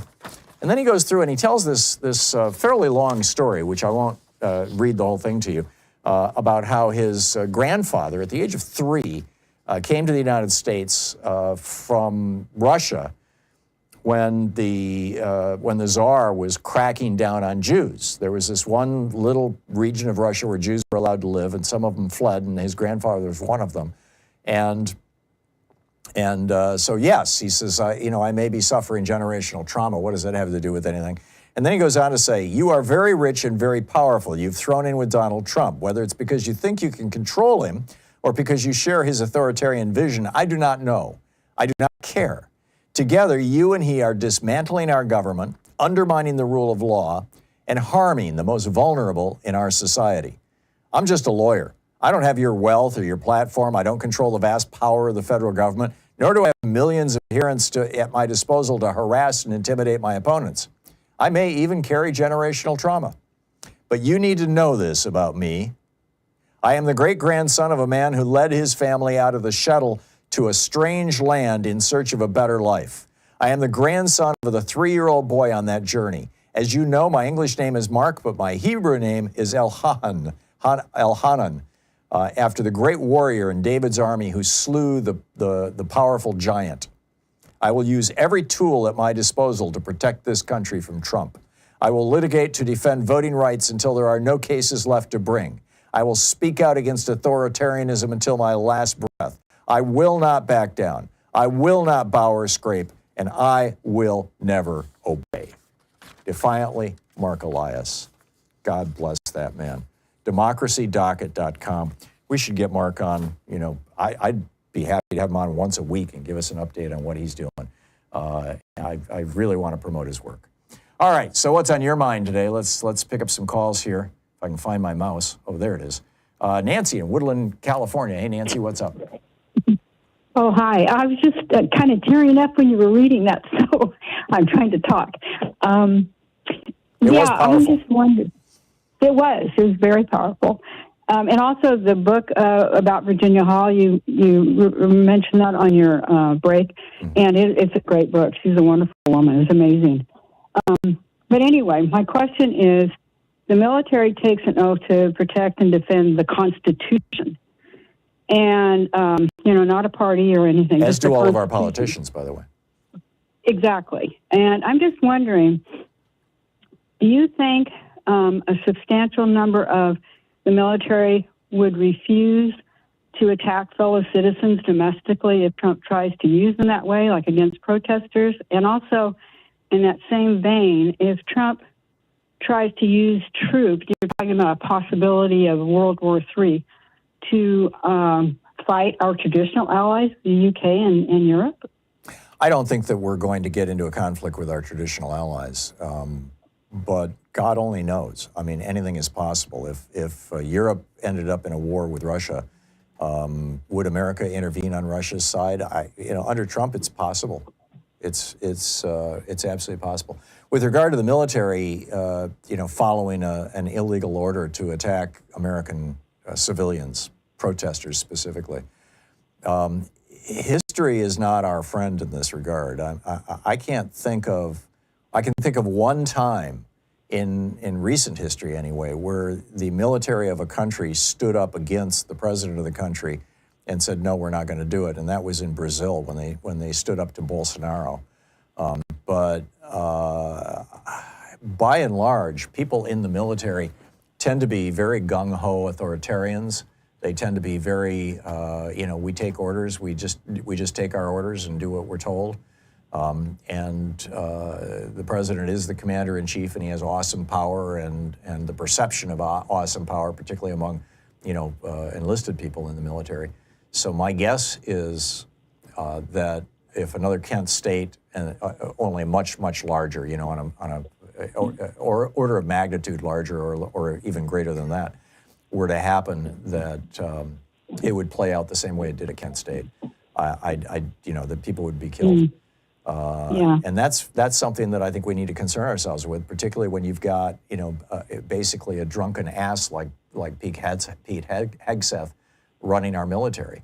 I'm taking it at his word that he quit drinking once he became the head of the Pentagon, of our military, but that doesn't mean that he's not. I mean, he's written in some of his books and said in venues in the past that things that would make you think that he would be more than happy to use violence against Americans if that's what Donald Trump told him to do. So I'm very concerned about it, Nancy, and I think we all need to be. And this is another reason why Congress needs to exercise oversight, and why these Republican cowards in the United States Senate who put him in that position are going to burn in history's hell. They are not going to be viewed favorably when the history of this era is written. Nancy, thank you for the call. Grant in Orlando, Florida. Hey, Grant, what's on your mind today? Yes, there's a gentleman on YouTube that has a channel where he asks AI different questions, specifically political related. Mm-hmm. So I just wanted to throw out the idea that ChatGPT is a really good tool for problem solving, because it has no political agenda or anything like that, even for senators and congressmen, because it can talk in a lot of different areas and, suggest solutions that actually most of the time make a lot of sense. So I just thought I'd throw that out there. Yeah, sometimes. I mean, a program like that is only as good as the data it's trained on. I mean, if Elon Musk has got Grok now, and it was apparently trained on Twitter, and so, you can easily ask it to spit out racist, misogynistic, stuff, and apparently, from what I've been reading, it'll do it. I haven't tried. I have tried on a number of occasions to get information that would be negative toward Republicans. When I'm writing articles, I've used ChatGPT as one. I use that. I use Perplexity. I use Google. I use DuckDuckGo when looking for stuff. And more often than not, ChatGPT seems to be very reluctant to provide information that, particularly about Reagan, to provide information that reflects poorly on the Republicans.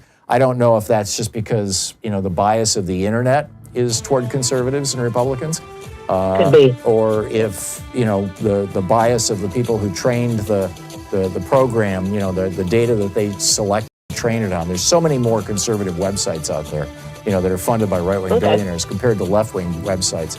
That may be the case, but I be careful, Grant. Be very, very careful. I got to run. It's 45 minutes past the hour. I'll be back with more of your calls in just a minute. You're listening to Thom Hartmann. Visit thomhartmann.com for audio and video archives. Taking back the mainstream media 3 hours a day, 5 days a week. We'll be right back with more of your calls.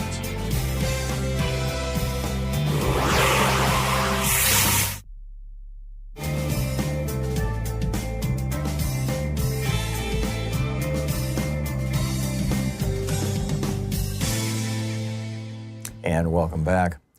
CNN is reporting that the IRS is going to fire thousands of workers just in time for tax time. Brilliant. Oh, God. Steve in College Grove, Minnesota. Hey, Steve, what's on your mind today? Yeah, I was wanting to talk to the congresswoman, but unfortunately I couldn't get through. I wanted to ask what they think would happen if, now that he's got the executive branch, he has the Justice Department, if he decides to ignore the courts and then they take over the Treasury, what's to stop them from telling Congress, okay, you pass these bills, anyone who doesn't vote for them is going to have their salary frozen? Well, they can, there's the law that should constrain them. And my apologies for not being the congresswoman, but the law could constrain them. But the problem is that they're in charge of enforcing the law, and that's the problem we're seeing right now. Donald Trump has violated at least a dozen laws in the last couple of weeks. High-profile laws, and he's just basically daring us all to do anything about it. I think that's probably an extreme example of how it might play out, Steve. But perhaps not. Perhaps not. Yeah, judging by what I've seen so far, I don't think it's too far-fetched. Yeah, I agree with you. Steve, thanks for the call. Linda in Milwaukee, Wisconsin. Hey, Linda, what's up? Well, hi, Tom. Can you hear me? Just fine. Okay. I have been writing to my senators and reps, and this morning when I got up, I thought I would do something different. I called the White House, left a comment on Trump's comment line, and what I told him, whether he listens to it or not, I don't know, but I said, he's playing Trump, golf. I am sick and tired of you lying. You lie as often as you breathe. You know Ukraine didn't start the war with Russia. You know that Zelensky is not a dictator. Be an American, not a dictator. Yeah. So I one. just thought I'd share that with your audience. That's a good one, Linda. That's a good one. And that was the 202-456-1111 number? No, that one was constantly busy, Tom. Immediately upon calling that number, a message comes up that says user busy. So I called 202-456-1414, and I got a live person. Oh. They put me through to Trump's comment line immediately. Oh, interesting. So that's the official phone number for the White House. Yes. Yeah. Yes. Huh. Interesting. All right. Well, that's good to know, Linda, that works. And good on you. Thanks for the call, and thanks Thank thanks you, for letting Tom, us. for all you do. Oh, Bye-bye. hey, Linda, a quick question. When you got the person on the line, I'm assuming it was just an operator who said, "Hi, this is the White House. Who do you want, or where do you want to go?" Yes, you are correct. Was that person kind of put out about having to transfer you to the voicemail, or were they happy to do it? I mean, did you get any sense that maybe they're overwhelmed or they're not with these kind of calls? I had to call twice, and the first time the line was so busy, they said that they could not take it. You could leave your telephone number, or I think they asked if you wanted to leave a comment. So the phone went right into the comment right away after that. Interesting. I suspect they're not even bothering to listen to it, but I guarantee you Trump isn't. He's out playing golf, but maybe. I agree with you, but I felt better leaving it, Tom. Of course. It's therapeutic, if nothing else. Good on you, Linda. Thank you so much. We'll be right back.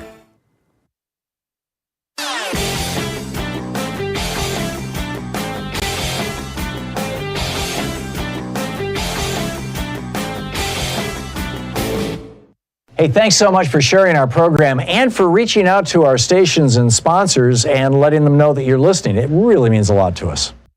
Did you know that the ancient Roman Republic, which for 480 years was actually a democratic republic before Julius Caesar kind of ended the democracy phase and replaced it with the autocracy phase, that they were brought down by a very small group of very rich people. The richest man in ancient Rome was Marcus Licinius Crassus. He was the richest guy, the billionaire of Rome. And he frankly hated the Roman free bread for all welfare system. It was being paid for with his tax dollars, after all. So him and Pompey the Great and a few other rich guys got together, and they basically crashed Rome. They turned it into an oligarchy and then into a tyranny. And the parallels to what Trump is doing right now are absolutely shocking. There's an article about it over at HartmannReport.com titled American Caesar, Trump's Path to Power Mirrors Rome's Darkest Days. Check it out.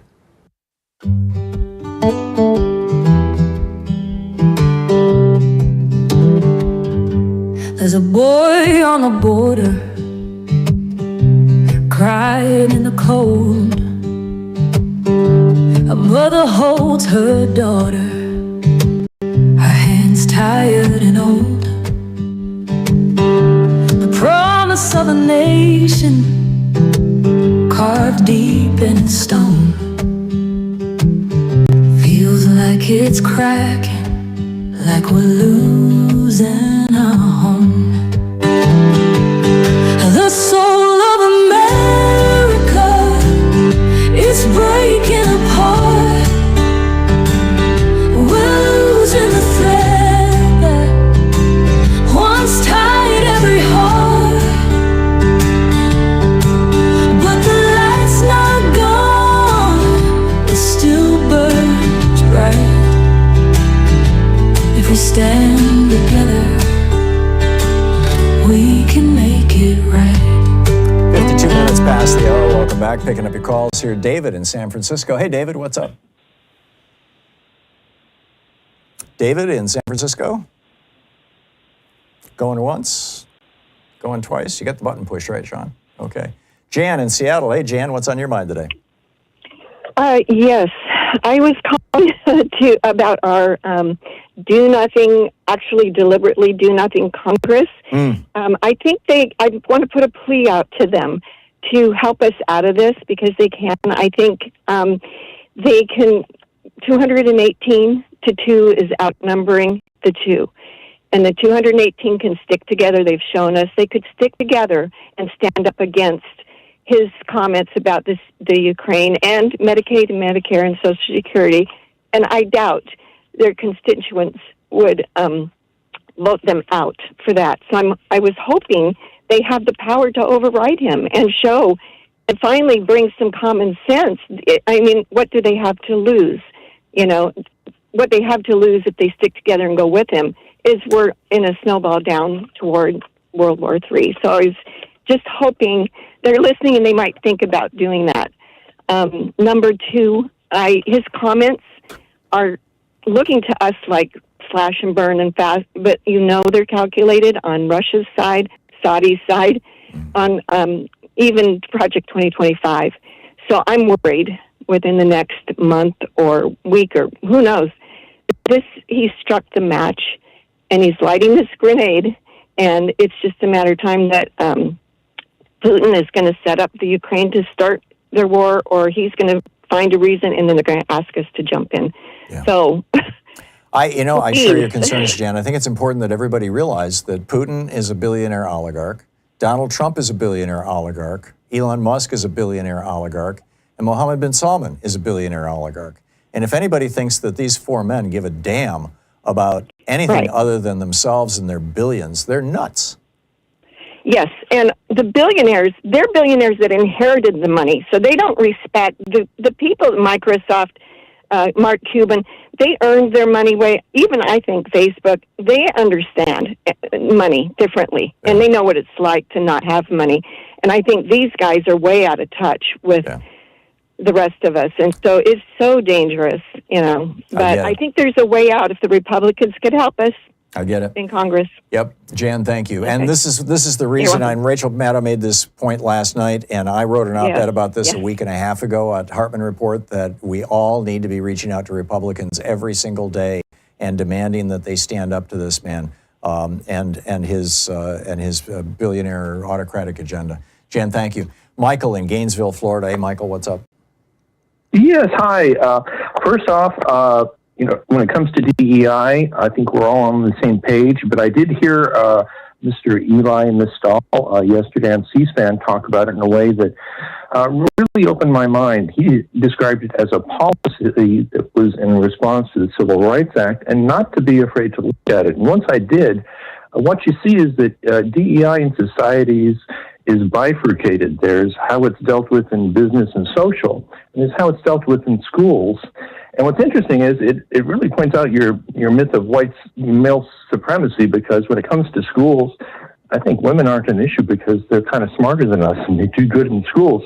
So in schools, what's happened is it's actually in service to the worst colonialist, separate kids into bins because we have to establish which ones are high value and low value. And then DEI comes in, and within the low value bin says, hey, we'll add some more bins in here. We got different categories of low value. We got poor people. We got black people. Those will be in the low performing bin. And it actually serves this toxic DEI in our schools serves an awful lot of low income white people, white boys. But we could have exactly. And here's the thing. Every single teacher that has ever given a C, D, or an F to a student has, in fact, done a disservice to that student. They have. And we don't want to face that. I taught. It's like, once you realize that if a kid can earn an A, to give him anything less is horrible. Yeah, no, I get it. Michael, thank you for the call. Yeah, DEI is not about, everybody gets a prize. No, it's about saying, let's open the doors to more people to have opportunities to do these jobs, by and large. I mean, in school, it's slightly different. I'll be back on the other side of the break here. Musk is trash-talking DEI hires again. Stay with us. You're listening to Thom Hartmann.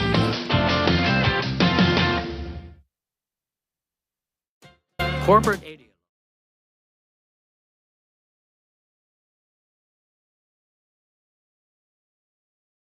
In addition to bringing you the Thom Hartmann Program here on Free Speech TV and Video Media Online, we also have a whole set of ways you can interact with us and tools you can use to spread the word about the importance of democracy and the threats to it in our republic.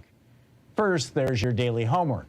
Sue Nethercutt puts together a daily email newsletter that has a link to every story I discuss on the air, so you can find my sources and you can share them with your friends. It's free and you can sign up at thomhartmann.com. Second, I publish my daily take every day over at the hartmannreport.com website.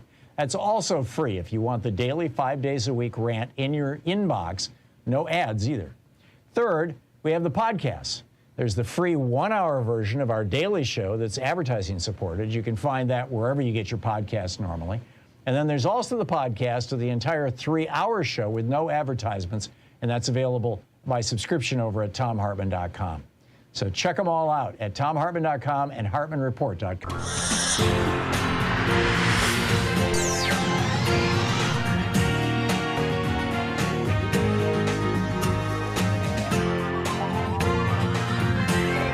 We say fight back!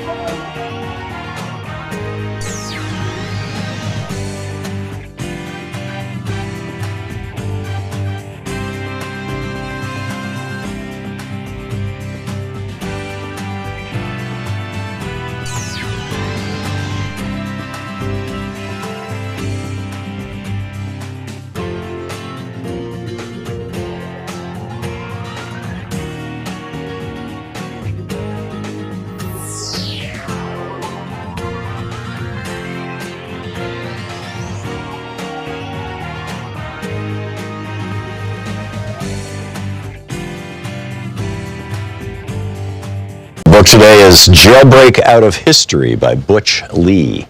This is from the first chapter, Jailbreak Out of History, Harriet. Focus on Amazons, about why we deal with real women as myths, girls who never really existed.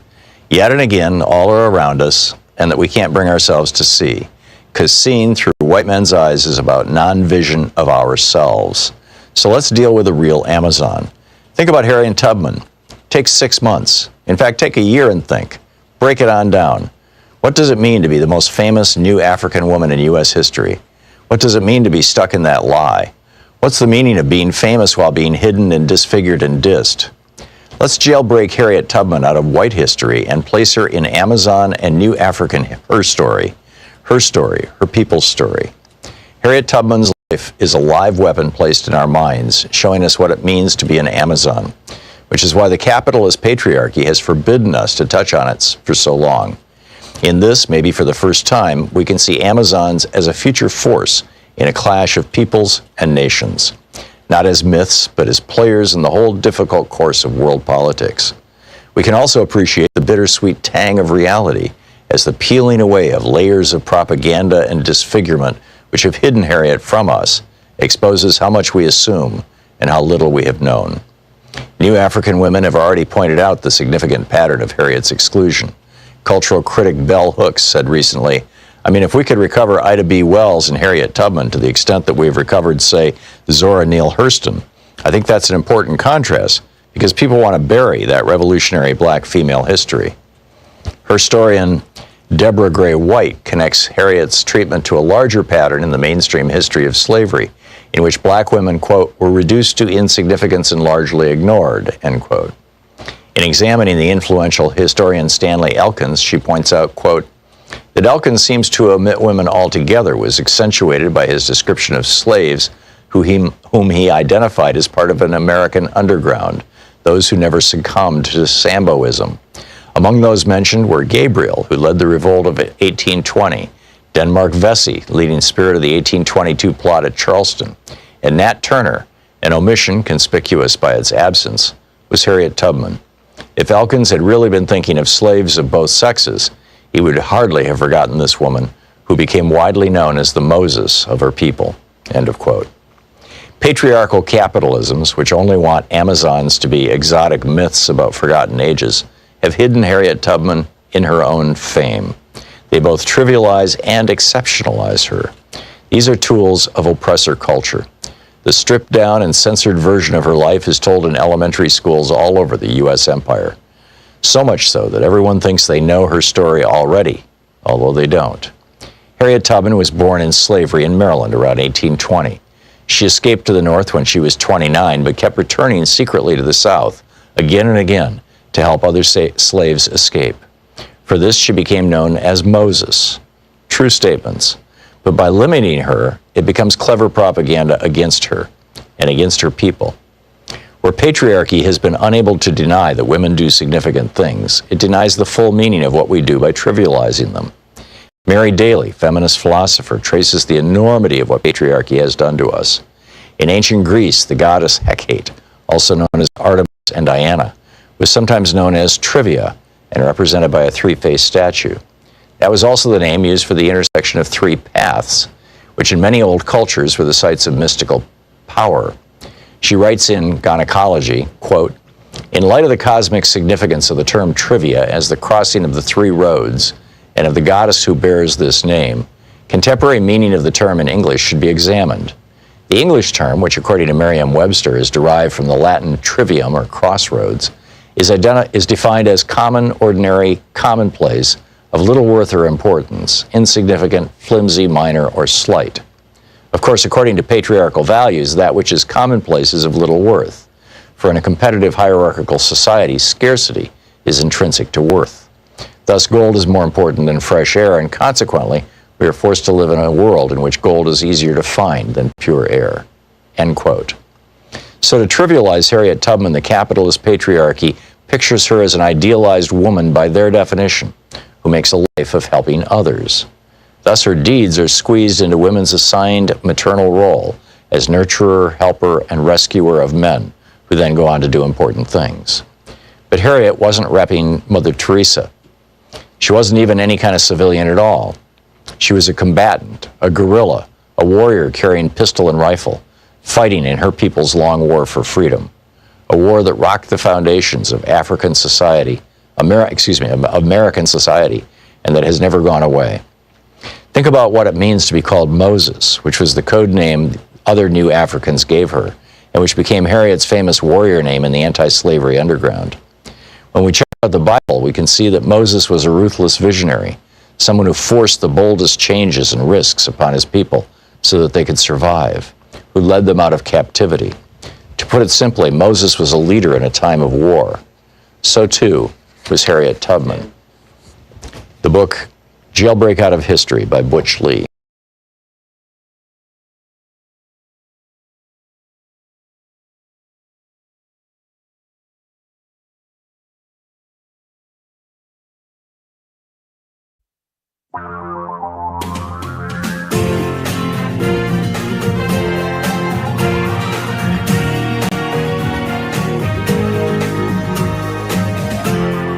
This is the Thom Hartmann Program.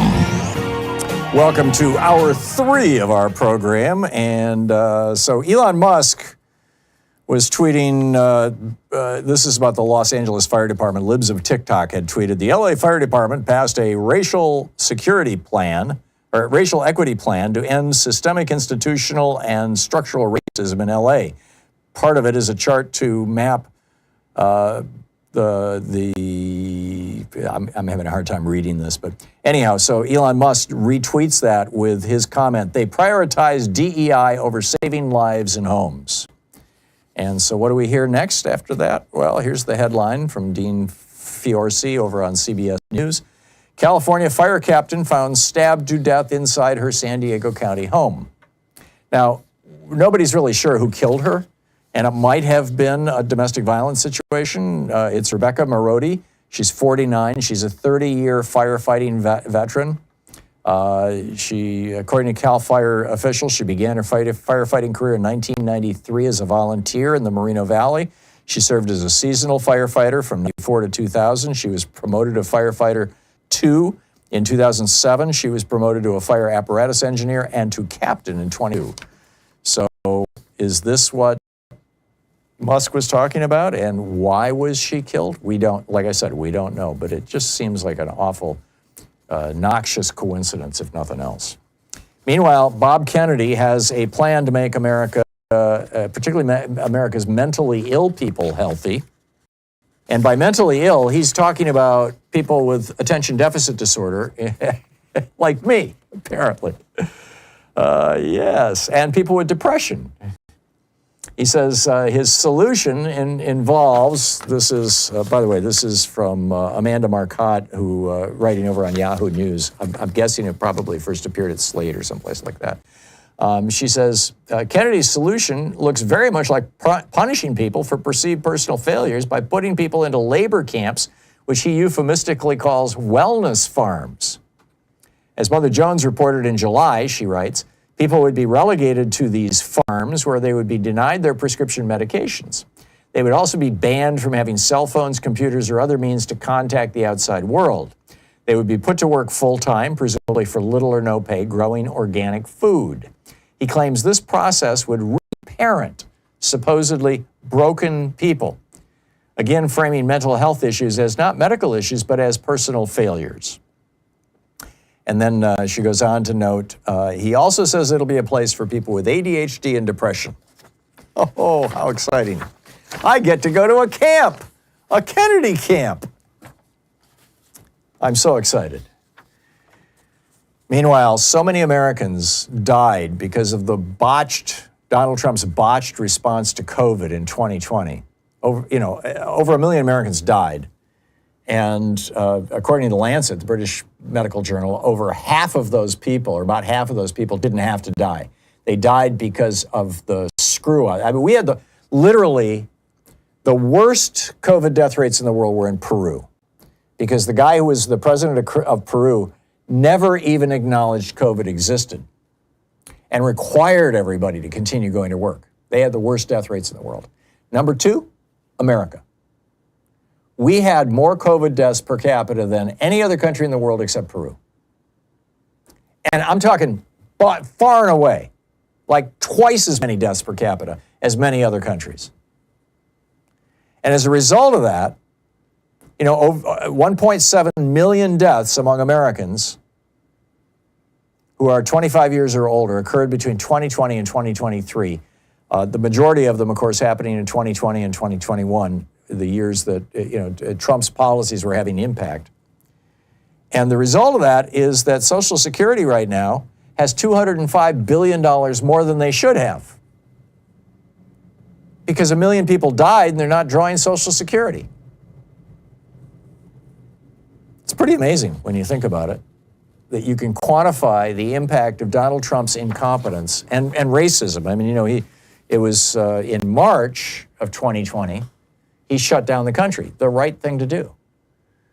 Then the first week of April, I believe it was the second week, April 11th, as I recall, I've written about it many times.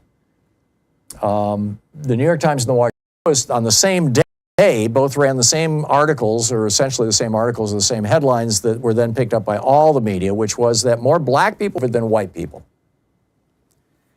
And that was the point at which Donald Trump said, ho ho, and America needs to get back to work. And that was the beginning of the mass deaths in America. Not in other countries, but here and Peru. Bizarre, deadly, criminal. I lack adjectives. Anyhow, what's on your mind? Let's pick up your calls here. James in Akron, Ohio. Hey, James, what's up? Yes, it's funny you mentioned the COVID. I wanted to ask you about a question you had a few months ago about Elon Musk, but a few weeks ago. But look, the COVID situation, I've had 3 relatives that passed from COVID, refused to take the shot, and it had to do with Donald Trump. And the thing that's ironic about the whole thing is that the majority of the people that died from not taking a shot are in red states. Yeah. And red counties actually have twice the COVID death rate from blue counties, if you look at on a county-by-county basis across the United States. Yes, and it's funny, if we look at it, it's just like right now, all these firings that they're doing in the government, there's like 3 or 4 to 1 white people as opposed to blacks that's losing their jobs because of the stuff that Trump is doing now. But here, let me go to the thing. You asked about Elon Musk. It's been about a week ago about Trump saying thanks for his computer access and so on and so forth. And I think what happened, if you remember, there's almost 5 million, it probably is 5 million, but almost 5 million people in Democratic areas that were purged from voting rolls, and once that had to be reviewed. Well, those reviews were done after the election. Right. So those votes were never counted. I might as well say it was a provisional vote. Yep. So if... Greg Palast puts the number of 4.2 million. 4.2 million. Okay, that's and he documents which states it happened in and said it's pretty clear that had this not happened, Kamala Harris would be president right now, and the Democrats would control the House and Senate.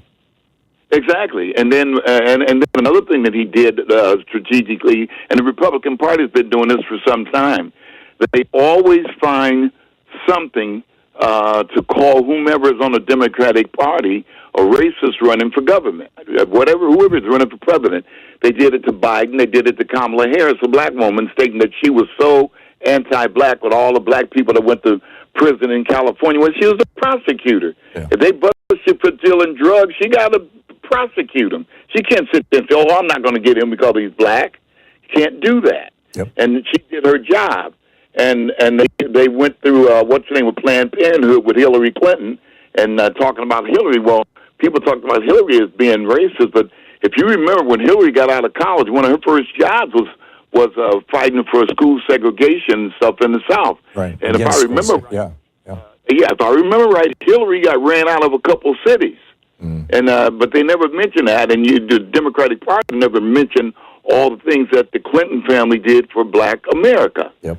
But we always they can always come up with all the other things because there's like 90-some% of the TV and news outlets in America is owned by basically the conservative party. Right. So rich white Republicans. Yeah, they control the narrative. So at the same time, we're sitting here all the time, and I don't understand it. I mean, I'm 77 years old, And I don't understand black people with all the things that we've been through over these years to fall for anything that they come up with. Yeah. And they come up with these things on a consistent basis. They said that Biden was a racist all the way up until Kamala got to be a presidential candidate. And they talk about Biden with the three strikes you're out thing. Well, if you remember, that was a bill that was proposed by black representatives in Chicago. Most of them was preachers. And they pushed that narrative, and they got the program through.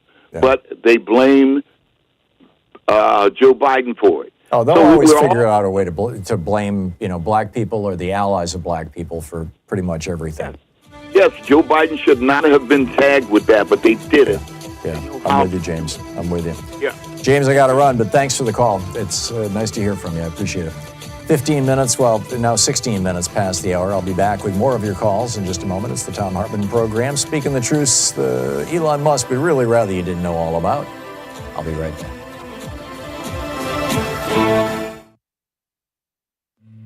This is the Thom Hartmann Program.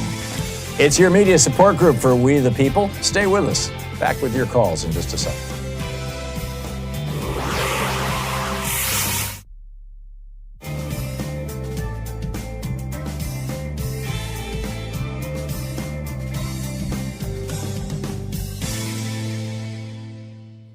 And welcome back. Jeff in Portland, Oregon. Hey, Jeff, what's on your mind today? Hey, happy Thursday, Tom. Thanks for doing all you do. Yeah, it's been a while since we last talked, and in my opinion, the ensuing demolition and evisceration of our federal government and the regulatory agencies, it's been nothing short of a coup d'etat. And I only caught the first 40 minutes with Pramila Jayapal, but, it's always great to hear from her, Mark Pocan, Rokana, and others on the show. And we need to remember that the Democrats like them and Bernie and AOC and other good progressives, they're not the problem. It's what I would call the Vichy Dems that we need to put the heat on, as well as the Republicans in swing districts that Bernie's he's asking people to focus on, so we can get them to flip votes in Congress, in the House. Completely agree. Tom, I miss Phil Ittner's segment, but I wanted to say this plot against Ukraine and American democracy led by Trump, Musk, and Vance, it has us right where we would have been in the 1930s had high-profile American Nazis like Charles Lindbergh, Henry Ford, and Father Coughlin been in power rather than FDR. Yep. And Robert Reich's Substack today described this as America's turn from defending and promoting democracy to now leading the charge for global oligarchy. I think it's a good way to frame it and attack it. I also think the progressives need to still form a shadow cabinet. Have you heard anything about that? I have not. Happening. I have not. I completely agree with you. And but it would probably have to happen at the level of the DNC. I mean, there would have to be considerable buy-in for something like that to happen, and I don't know that there are any champions for it inside the Democratic Party who are high profile. I mean, you got Jasmine Crockett out there talking about it. You've got a few other Democrats talking about it, but I thought I heard her say something about it the other day. So at least maybe it's the conversation starting. So that's a good sign. Yeah, I mean, how do you feel about concentrating on the oligarchy, global oligarchy, and as opposed to using fascism? Yeah, it's a very simple message, Jeff. I said it a little earlier that Vladimir Putin is one of the richest men in the world. He's an oligarch. He's a billionaire oligarch. Elon Musk is a billionaire oligarch. Donald Trump is a billionaire oligarch, and it shouldn't surprise us that the billionaire oligarchs are driving our country in the direction and the world that benefits them and exclusively them. Yeah, it's unfathomable. I mean, we're back to where we were 250 years ago with the British monarchy ruling us. Yeah. And it does seem like America has a built-in aversion to that, and we just need to bring it out. I think these town halls, people like Jayapal said, thousands of people wanting to get in on the town halls. I think the American people are going to rise up. I think, just like in nature, politics abhors a vacuum, and the Democrats are going to have to get in front of this uprising that I think started this week with these protests, and I think will grow stronger. And if they don't, if the Democrats don't step up, then we really are in huge trouble. I agree, and I encourage everybody to go to indivisible.org and 5051, FIFTY.ONE, and sign up. Let them know. Jeff, thank you. Spot on. It's 20 minutes past the hour. I'll be back with more of your calls in just a moment. Stick around.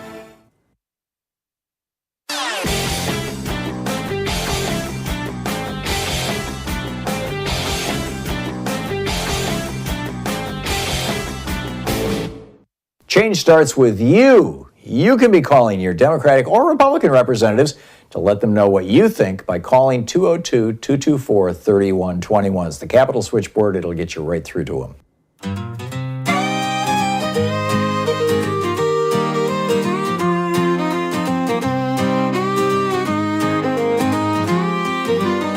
The GOP Taliban is making their move, changing the rules, got something to prove.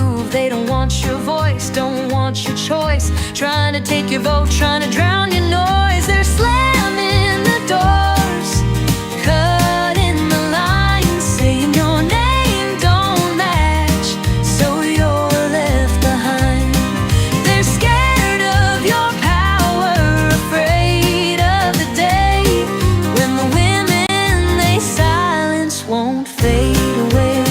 Welcome back. 21 minutes past the hour. Picking up your calls here. Marie in Atlanta. Hey, Marie, what's up?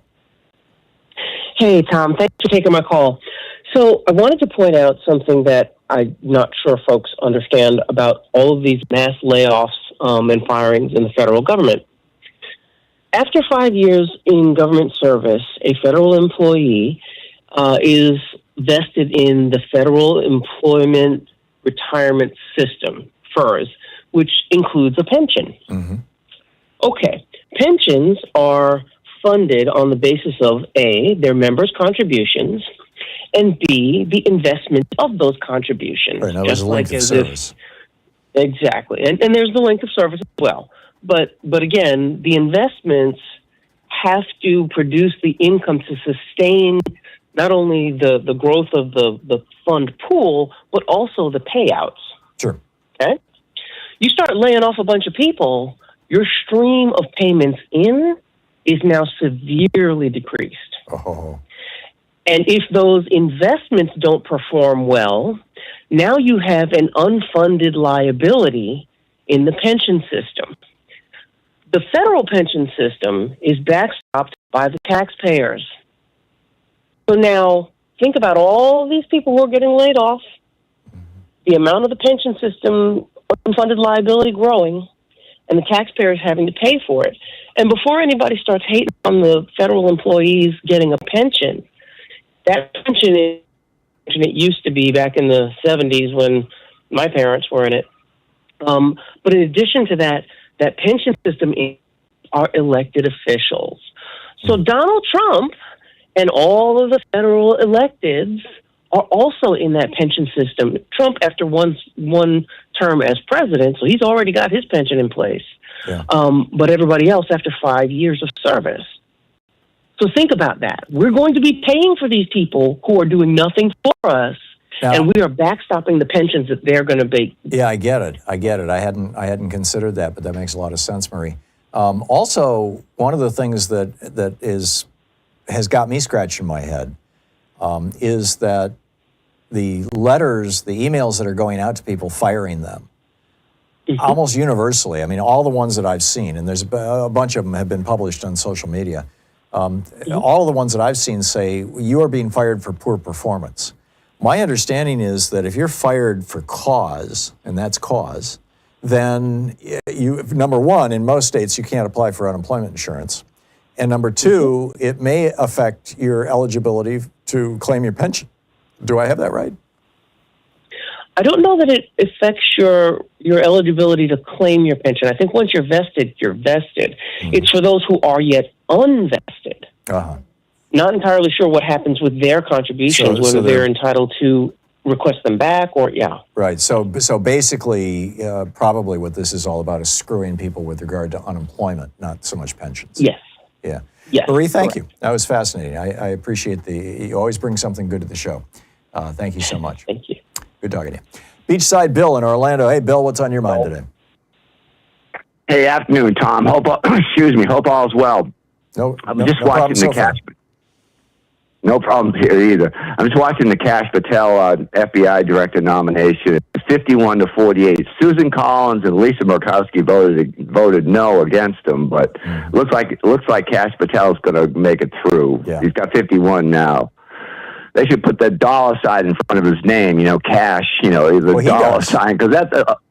He does that. Yeah, I didn't know that. He replaces the S with a dollar sign sometimes. Wow. It's all about money. I mean, I've seen it. I'm assuming he was the source of it. I could be wrong. But. Well, anyway, it looks like he's going to get it anyway. But my thing today, Tom, is about fluoride in water. And here in Florida, and I think it's around the country too, I'll be quick, that they got a bugaboo about having fluoride in water, and they're claiming that children with ADH and all that. Yeah. And I'm a child of the 1960s, and certainly had my traumas in school and all that. I had trauma and all that, but I certainly had attention deficit disorder. In today's world, it would be considered that, right? But fluoride in water, I still have my bottom teeth, Tom. My top teeth got knocked out years ago, most of them.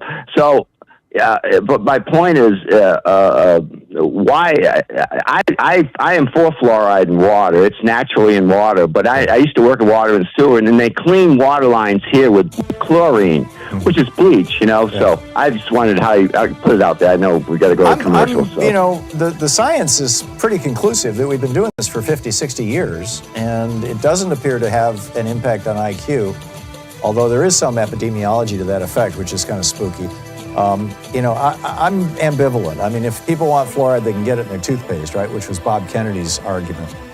So I'm not hot on this issue on either side. You're listening to the Thom Hartmann Program. Call 202-808-9925. And I do use fluoride, toothpaste. So I think most people do. It's pretty much all you can get these days. We'll be right back.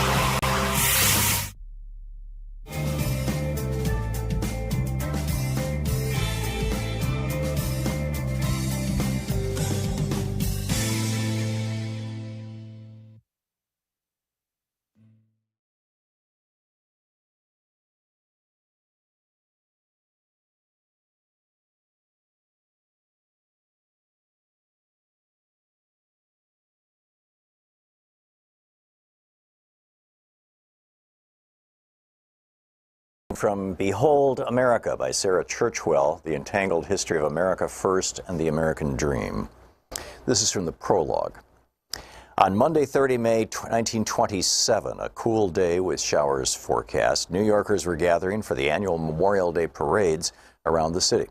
It was only 9 years since the end of the European War, into which America had been so reluctantly drawn and Europe had suddenly become closer than ever before. Precisely 10 days earlier, Charles Lindbergh had completed the first solo flight across the Atlantic in the spirit of St. Louis, and no one had yet stopped celebrating. Front pages around the country reported that Lucky Lindy had been mobbed in London, greeted by rapturous crowds of 150,000.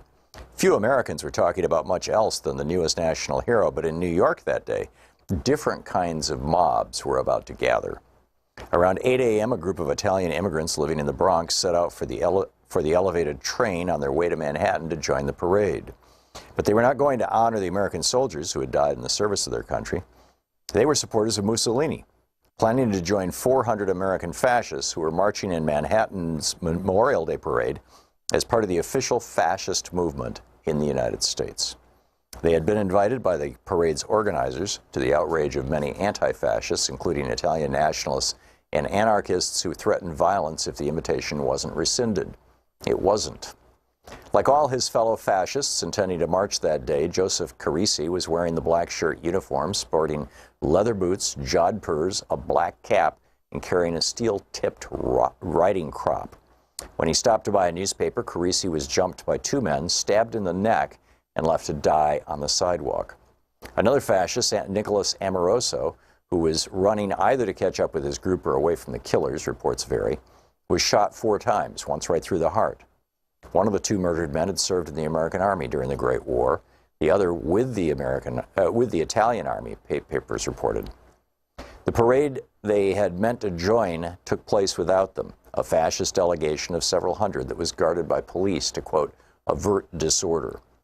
After the parade, the American blackshirts returned to their headquarters in the heart of Times Square.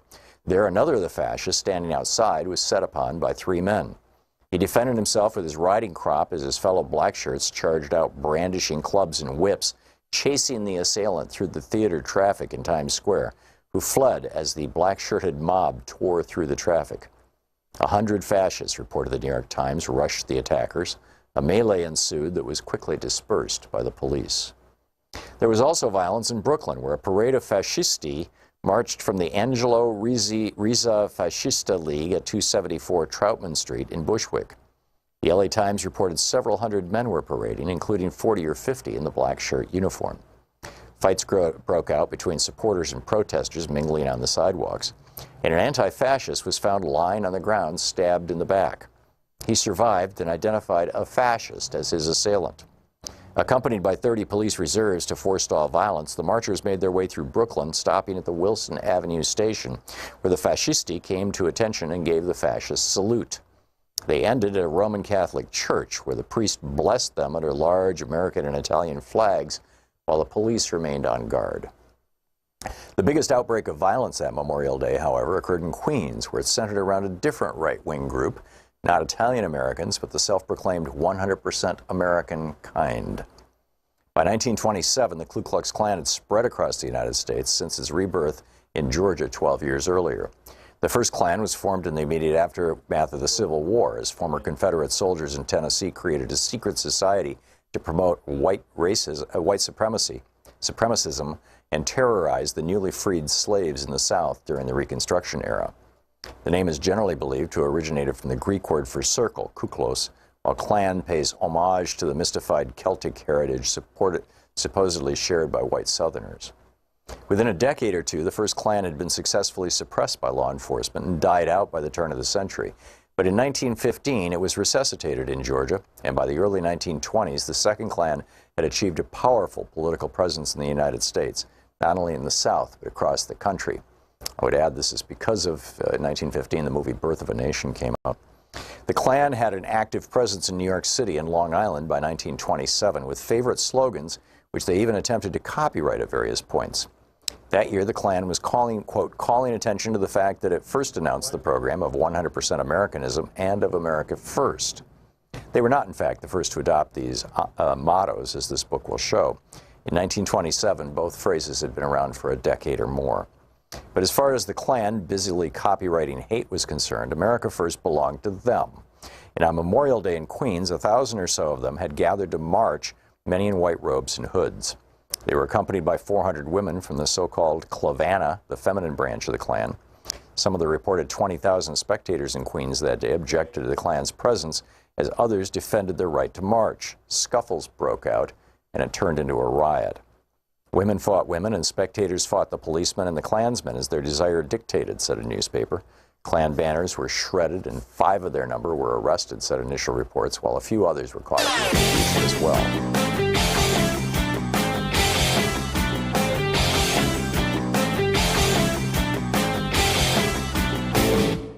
Share the Thom Hartmann Program with your friends. Our podcast, The Hartmann Report, is absolutely free and available wherever fine podcasts are available. And the entire 3-hour podcast is available over at thomhartmann.com.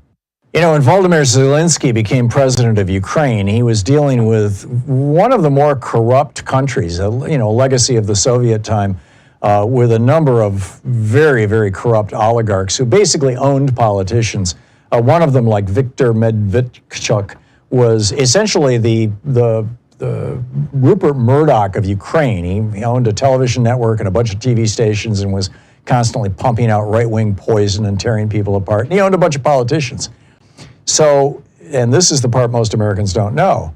Last June, a new law came into effect. It was passed the year before in Ukraine that basically says to the oligarchs in Ukraine, you can stay rich if you want, but you can't use your money to influence politics. No more oligarchs in politics. They called it de-oligarchization. Seriously. There's a whole piece about it over at hartmannreport.com. Check it out. They built their empire brick by greed, while working hands met every need. The rules were bent, the truth ignored. The wealthy few now own the board. Musk and Bezos, their fortunes soar, while families struggle, wanting more. Congress trades on secret ties. Oligarchs rise as freedom dies. 2025, the year of American oligarchy, where wealth reigns and power runs free. The dream they sold has turned to dust. For the rich, the system's just. Will we rise or fade away as democracy slips day by day? Welcome back. 36 minutes past the hour. Picking up your calls here. Matt in Mary Esther, Florida. Hey, Matt, what's on your mind today? Hey, Tom. Thanks for having me on. You have the smartest audience. Really enjoy listening to you. Thank you. Looking forward to your interview tomorrow with Gay Valmont, who's running for District 1, Matt Gaetz' seat. Mm-hmm. She's picking up steam. She's going against a guy that doesn't even live in our district. I don't even know how he knows our district. Really? Wow. I think, he lives in Panama City.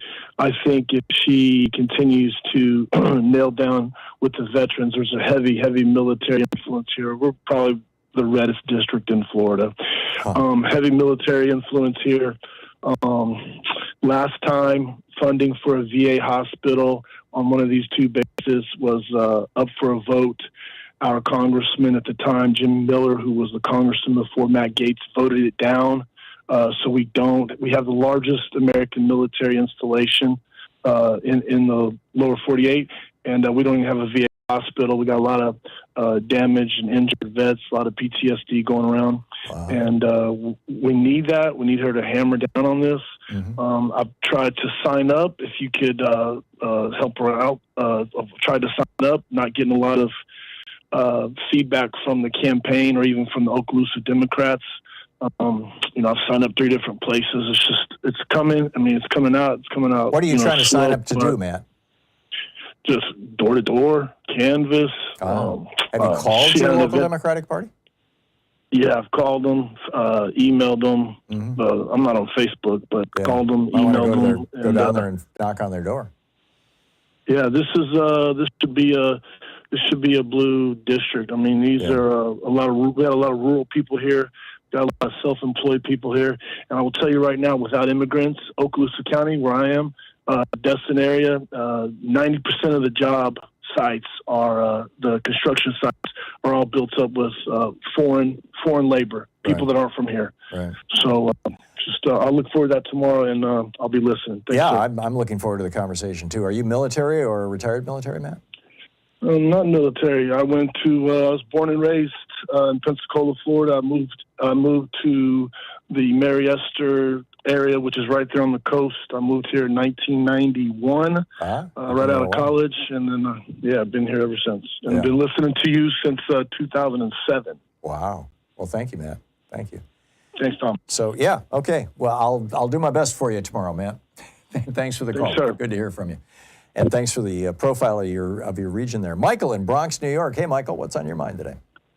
Hi, Tom. Hey, Michael. I had to call in to alert everybody. You probably heard the news of Trump sticking his nose in the business of New York State, particularly. Yes, he is now the king of New York City. and he did away with congestion pricing. So he thinks, because there's still a legal battle going on. But before anybody ever thinks or even says, oh, wow, Donald Trump does care for the people, those that oppose congestion pricing, which I oppose it because I'm finding flaws in it, and I'm raising awareness to the local news people about it. But nonetheless, understand something. Trump does not care about anyone but himself. And his supposedly stopping congestion pricing is only because he has a personal interest in this. What is the personal interest? Now, if everyone understands, congestion pricing zone begins at 60th Street from east to west and goes downtown, goes southbound. Mm-hmm. At least one of his buildings is located within that congestion pricing Well, Trump zone. Tower is in that, isn't it? Isn't that around 56th and 5th? Bingo. Yeah. Bingo. And he has two other buildings, if they still bear his name on there. One on First Avenue by, I think, 45th Street, and then another one in the financial district on Wall Street. Yeah. Yeah. So if he has to go to any of these places, he doesn't want to be paying the doggone toll because it's electronic toll. You know, they scan your Easy Pass or they scan the license plate. Either way, you're going to be paying that toll. So And you then think if Trump he is doing this to challenges- avoid paying, what is it, $6 or $9 a visit? It is $9 during the day and $2 overnight, late night. But you know how he is. He's only self-gratifying. Yeah. But I tell you this, and this is another warning, that if he takes it to the courts, even to the Supreme Court, and loses, be careful and demand that he does not try to take it out on taxpayers, expecting us to foot his bill the way he tried to force us to foot the bill for his illegal, immoral, inexcusable border war, if you remember back then. Yeah, I do. Michael, I caught part of Lawrence O'Donnell's program last night on MSNBC, and he was talking about how he was able to make it down whatever it is, that main artery that goes down I believe the west side of the town. You're thinking of the West Side Highway. Yeah, and he said it took him 20 minutes, and FDR. normally it's 45 or 50 minutes. And it's because the congestion pricing is reducing congestion in New York City. And he was of the opinion, he lives there, he was of the opinion that he loved it and that New Yorkers loved it. You said you object to it. What's the basis of your objection?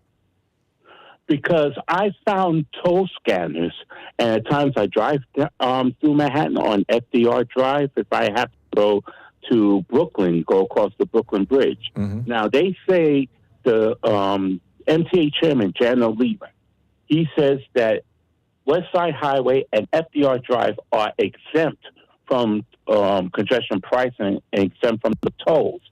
So if that is the case, I've noticed this while I was driving, and I've noticed this as I'm riding the New York City ferry from Bronx to Manhattan. Mm-hmm. And part of the route is down the East River alongside the FDR Drive. Right.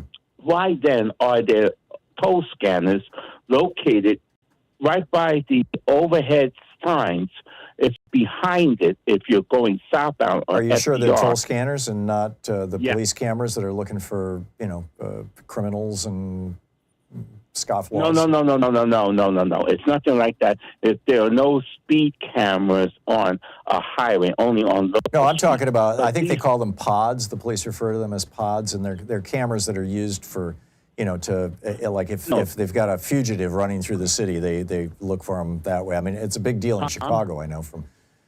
Tom, trust me, it's the same style scanners that you will find on the local streets. Okay. The only thing is that on the local streets you can see them, but this one is put right by the overhead direction I sign. get it. I get it. You already said it. So, Michael, have you tried driving past one and seeing if you end up with a bill?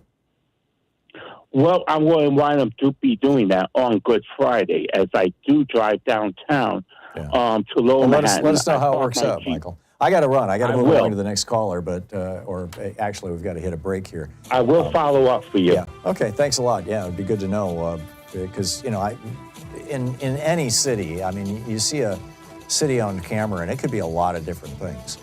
I mean, it might be a license plate reader. It might be, or it just might be, like I said, I just get this from watching the Chicago PD TV show, the series. They've got these cameras all over Chicago, and we're chasing this guy. Oh, there he is. That kind of thing.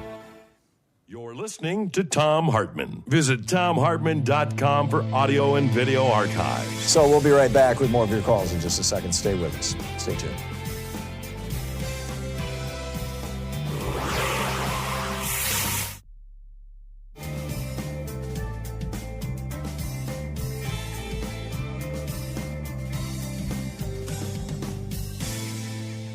And welcome back, Conrad in San Diego. Hey, Conrad, what's on your mind today? A few weeks ago, you were asking about what to name these multi-billionaires. I kind of changed my topic because I think this is probably more important. And Robert Reich cited maybe centibillionaires for someone who has $100 billion. Right. And that's an actual term, centibillionaire. Right. I came up with another term. I was going to save it for someone who finally has $1 trillion, but I don't think we can wait for this to use this term because already with several $100 billion, they already have this power, and that is we need to call them dark gods. Because these people, what? Dark gods. Dark gods. Okay. These people never go to jail, and the reason why they need more and more money, it's no longer that they become. You had a wonderful word for them. That it's like an OCD case. They just gotta keep they're hoarders. More money. Be hoarders. It's way beyond that. They now have the power to rule nations with complete impunity. Yeah, they, that's true. They snap their fingers, and senators and congressmen come to them to write whatever legislation they demand. Yeah. Yeah, I mean, you had Donald Trump being sworn in with the 3 richest men in America standing next to him. Like you said, Biden's cabinet had, I think, the people were worth $50 million. This cabinet is worth over $300 billion. Oh my God! And these people have absolute immunity. They rule nations. Yeah. They are their own nation unto themselves. They are basically a pantheon of gods, the dark gods that can do anything to anybody in the world with complete immunity. Yeah. My only objection to the word dark is I still remember Dick Gregory telling me years and years ago we were on a long airplane ride together to Uganda, actually, from Frankfurt to Entebbe, and he went off on how there's all these words to describe bad, and they all involve black, and there's all these words to describe white, the white hat guys, the black hat guys versus, and they all use the word white. And so it kind of sensitized me to that. I would like to find an adjective that doesn't imply blackness. Maybe the corrupt gods, or the or the lords of the underworld, or something like that. Yeah. It's your gods. But I totally get your point, and maybe somebody else has a better way of saying it. But what we want to communicate is that, as you pointed out, Conrad, these people are not answerable to anybody. I mean, they have enough money. I mean, look at Donald Trump, all the crimes he committed, from alleged rapes to actual convictions for fraud and for theft and for tax evasion and everything else, and not a day in jail. I mean, not a day in jail. That's what being a billionaire gets you in America, and it's not a healthy thing for this society. Conrad, thank you for the call. Good talking to you. Excuse me, it's 49 minutes past the hour. I'll be back with more of your calls in 60 seconds. Stay with us.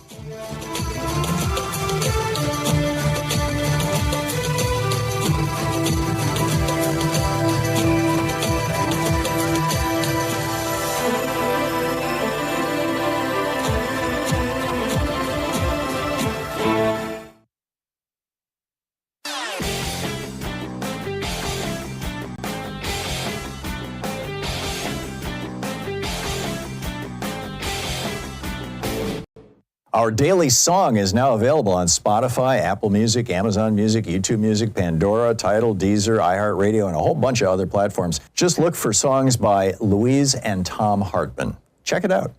Back in 1968, when Lyndon Johnson was president, Earl Warren resigned from the Supreme Court. He was a liberal, even though he had been appointed by Eisenhower. Johnson wasn't able to replace him, in part because of Republican opposition in the Senate. And so when Nixon came in, he had this opening, but he wanted to have two openings. He wanted to get rid of Abe Fortas, who was the most liberal member of the court. So he had his Attorney General, John Mitchell, start an investigation into Abe Fortas's wife. Now, there was nothing there. There was no smoke at all. She had done absolutely nothing wrong, and history has proven that. But they were going to drag her before a grand jury and possibly before Congress and just, drag her through the mud. And this caused Abe Fortas to resign, and that gave Nixon two openings, and that's how the court turned to the right. I'm suggesting that Democrats should do the same thing with Justice Thomas. I've got an op-ed about it at Hartmann Report. You can read it over there. Check it out.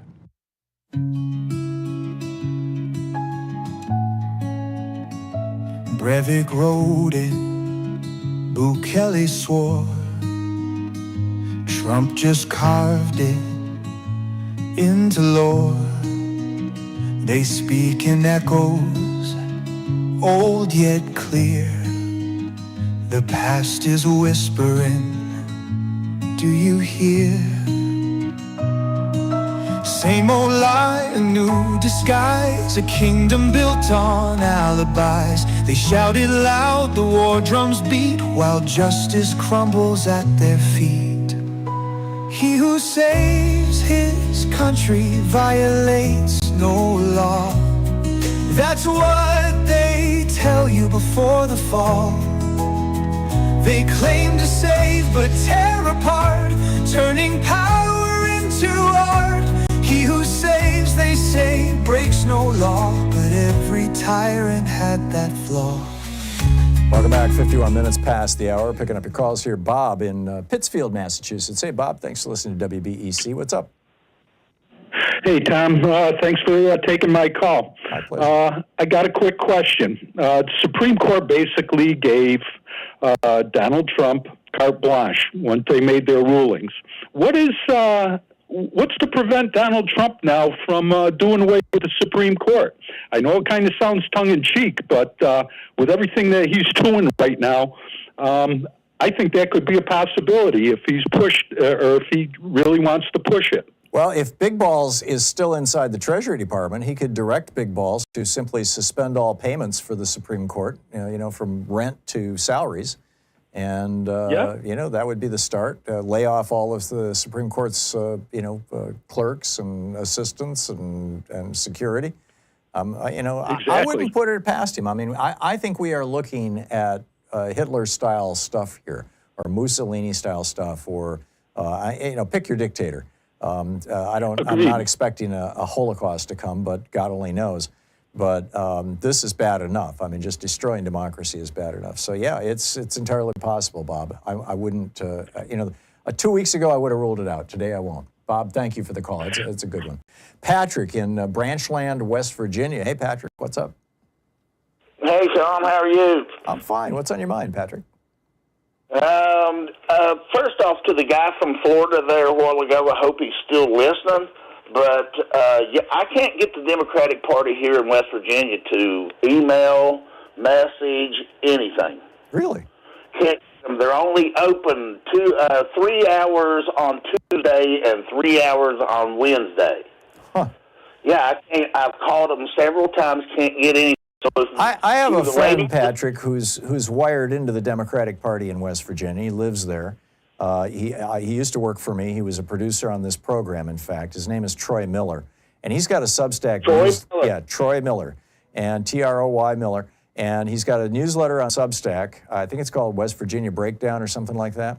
And but if you go over to Substack.com and plug in Troy Miller, it'll pop up, and you can direct message him. You can send him a text message and ask him to, for advice on who to reach out to and stuff like that, because he knows the Democratic Party there in West Virginia quite well. I will do that. All right. To the reason why I called, I think I got a slogan. And I'll tell you why. My slogan for the Democratic Party, I think, should be this. You can lay it out there and see how it goes. Your vote counts. Your vote matters. Yeah. Here in the rural areas where I live here in West Virginia, we have a lot of people who bought into that idea that your vote don't count. It's useless. You're wasting your time. So they just don't vote. Yeah. People who voted in 2020 did not vote this last time. And I swear to goodness, I can't for the life of me. I beat my head against the wall trying to figure out why. Yeah. Well, this is why we all need to be flooding social media. We absolutely do. Patrick, I want to get one more call in here before the end of the hour, but thank you for the call. Spot on. Dan in Michigan City, Indiana. Hey, Dan, what's up? Yes, Tom, thank you so much for taking my call. First-time caller. I listen to you every day. I have a question concerning nursing homes. I have heard nothing on this subject, and I've looked into it as best I could with the cuts that are definitely coming. Medicaid, Medicare, you name it. If they cut Medicaid the way they're talking about it. What is going to happen to millions of people in nursing homes? Are they going to be just thrown out in the street? I think so. Or their families are going to be billed and they're going to end up in bankruptcy, or both. I mean, Medicaid funds, I've seen numbers all over the place, but 30 to 40% is my recollection of all the people in nursing homes. Also. You know, obviously I live in Indiana, and there's no Democrats left. Yeah, and there's no state programs for people there. Yeah, no. Elderly people are really going to take the brunt of this. I mean, the billionaires, Donald Trump, Elon Musk, these guys, they got to have their tax cuts. They absolutely have to have their tax cuts, and that means that they've got to cut a bunch of people off Medicaid, and they're doing it. I mean, this is in the Republican budget that they're going to be voting on next week. Dan, I'm sorry, Dan, I'm out of time, but thank you for the call. Thanks for being with us today. We'll be back tomorrow, same time, same place. In the meantime, don't forget, democracy is not a spectator sport. It requires all of us. So get out there, get active, tag, you're it. I'll see you tomorrow. Have a great afternoon. Be good to yourself and the folks around you. Stay safe, and I'll catch up with you on the other side.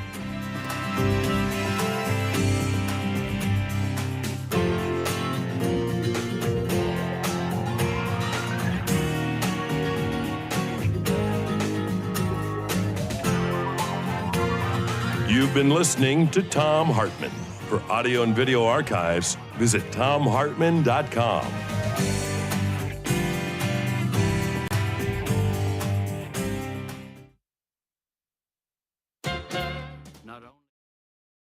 The book, Behold America, Sarah Churchwell. In addition to bringing you the Thom Hartmann Program here on Free Speech TV and Video Media Online, we also have a whole set of ways you can interact with us and tools you can use to spread the word about the importance of democracy and the threats to it in our republic. First, there's your daily homework. Sue Nethercutt puts together a daily email newsletter that has a link to every story I discuss on the air, so you can find my sources and you can share them with your friends. It's free, and you can sign up at thomhartmann.com. Second, I publish my daily take every day over at the hartmannreport.com website. That's also free if you want the daily 5 days a week rant in your inbox. No ads either. Third, we have the podcasts. There's the free 1-hour version of our daily show that's advertising supported. You can find that wherever you get your podcasts normally. And then there's also the podcast of the entire 3-hour show with no advertisements, and that's available by subscription over at thomhartmann.com. So check them all out at thomhartmann.com and hartmannreport.com.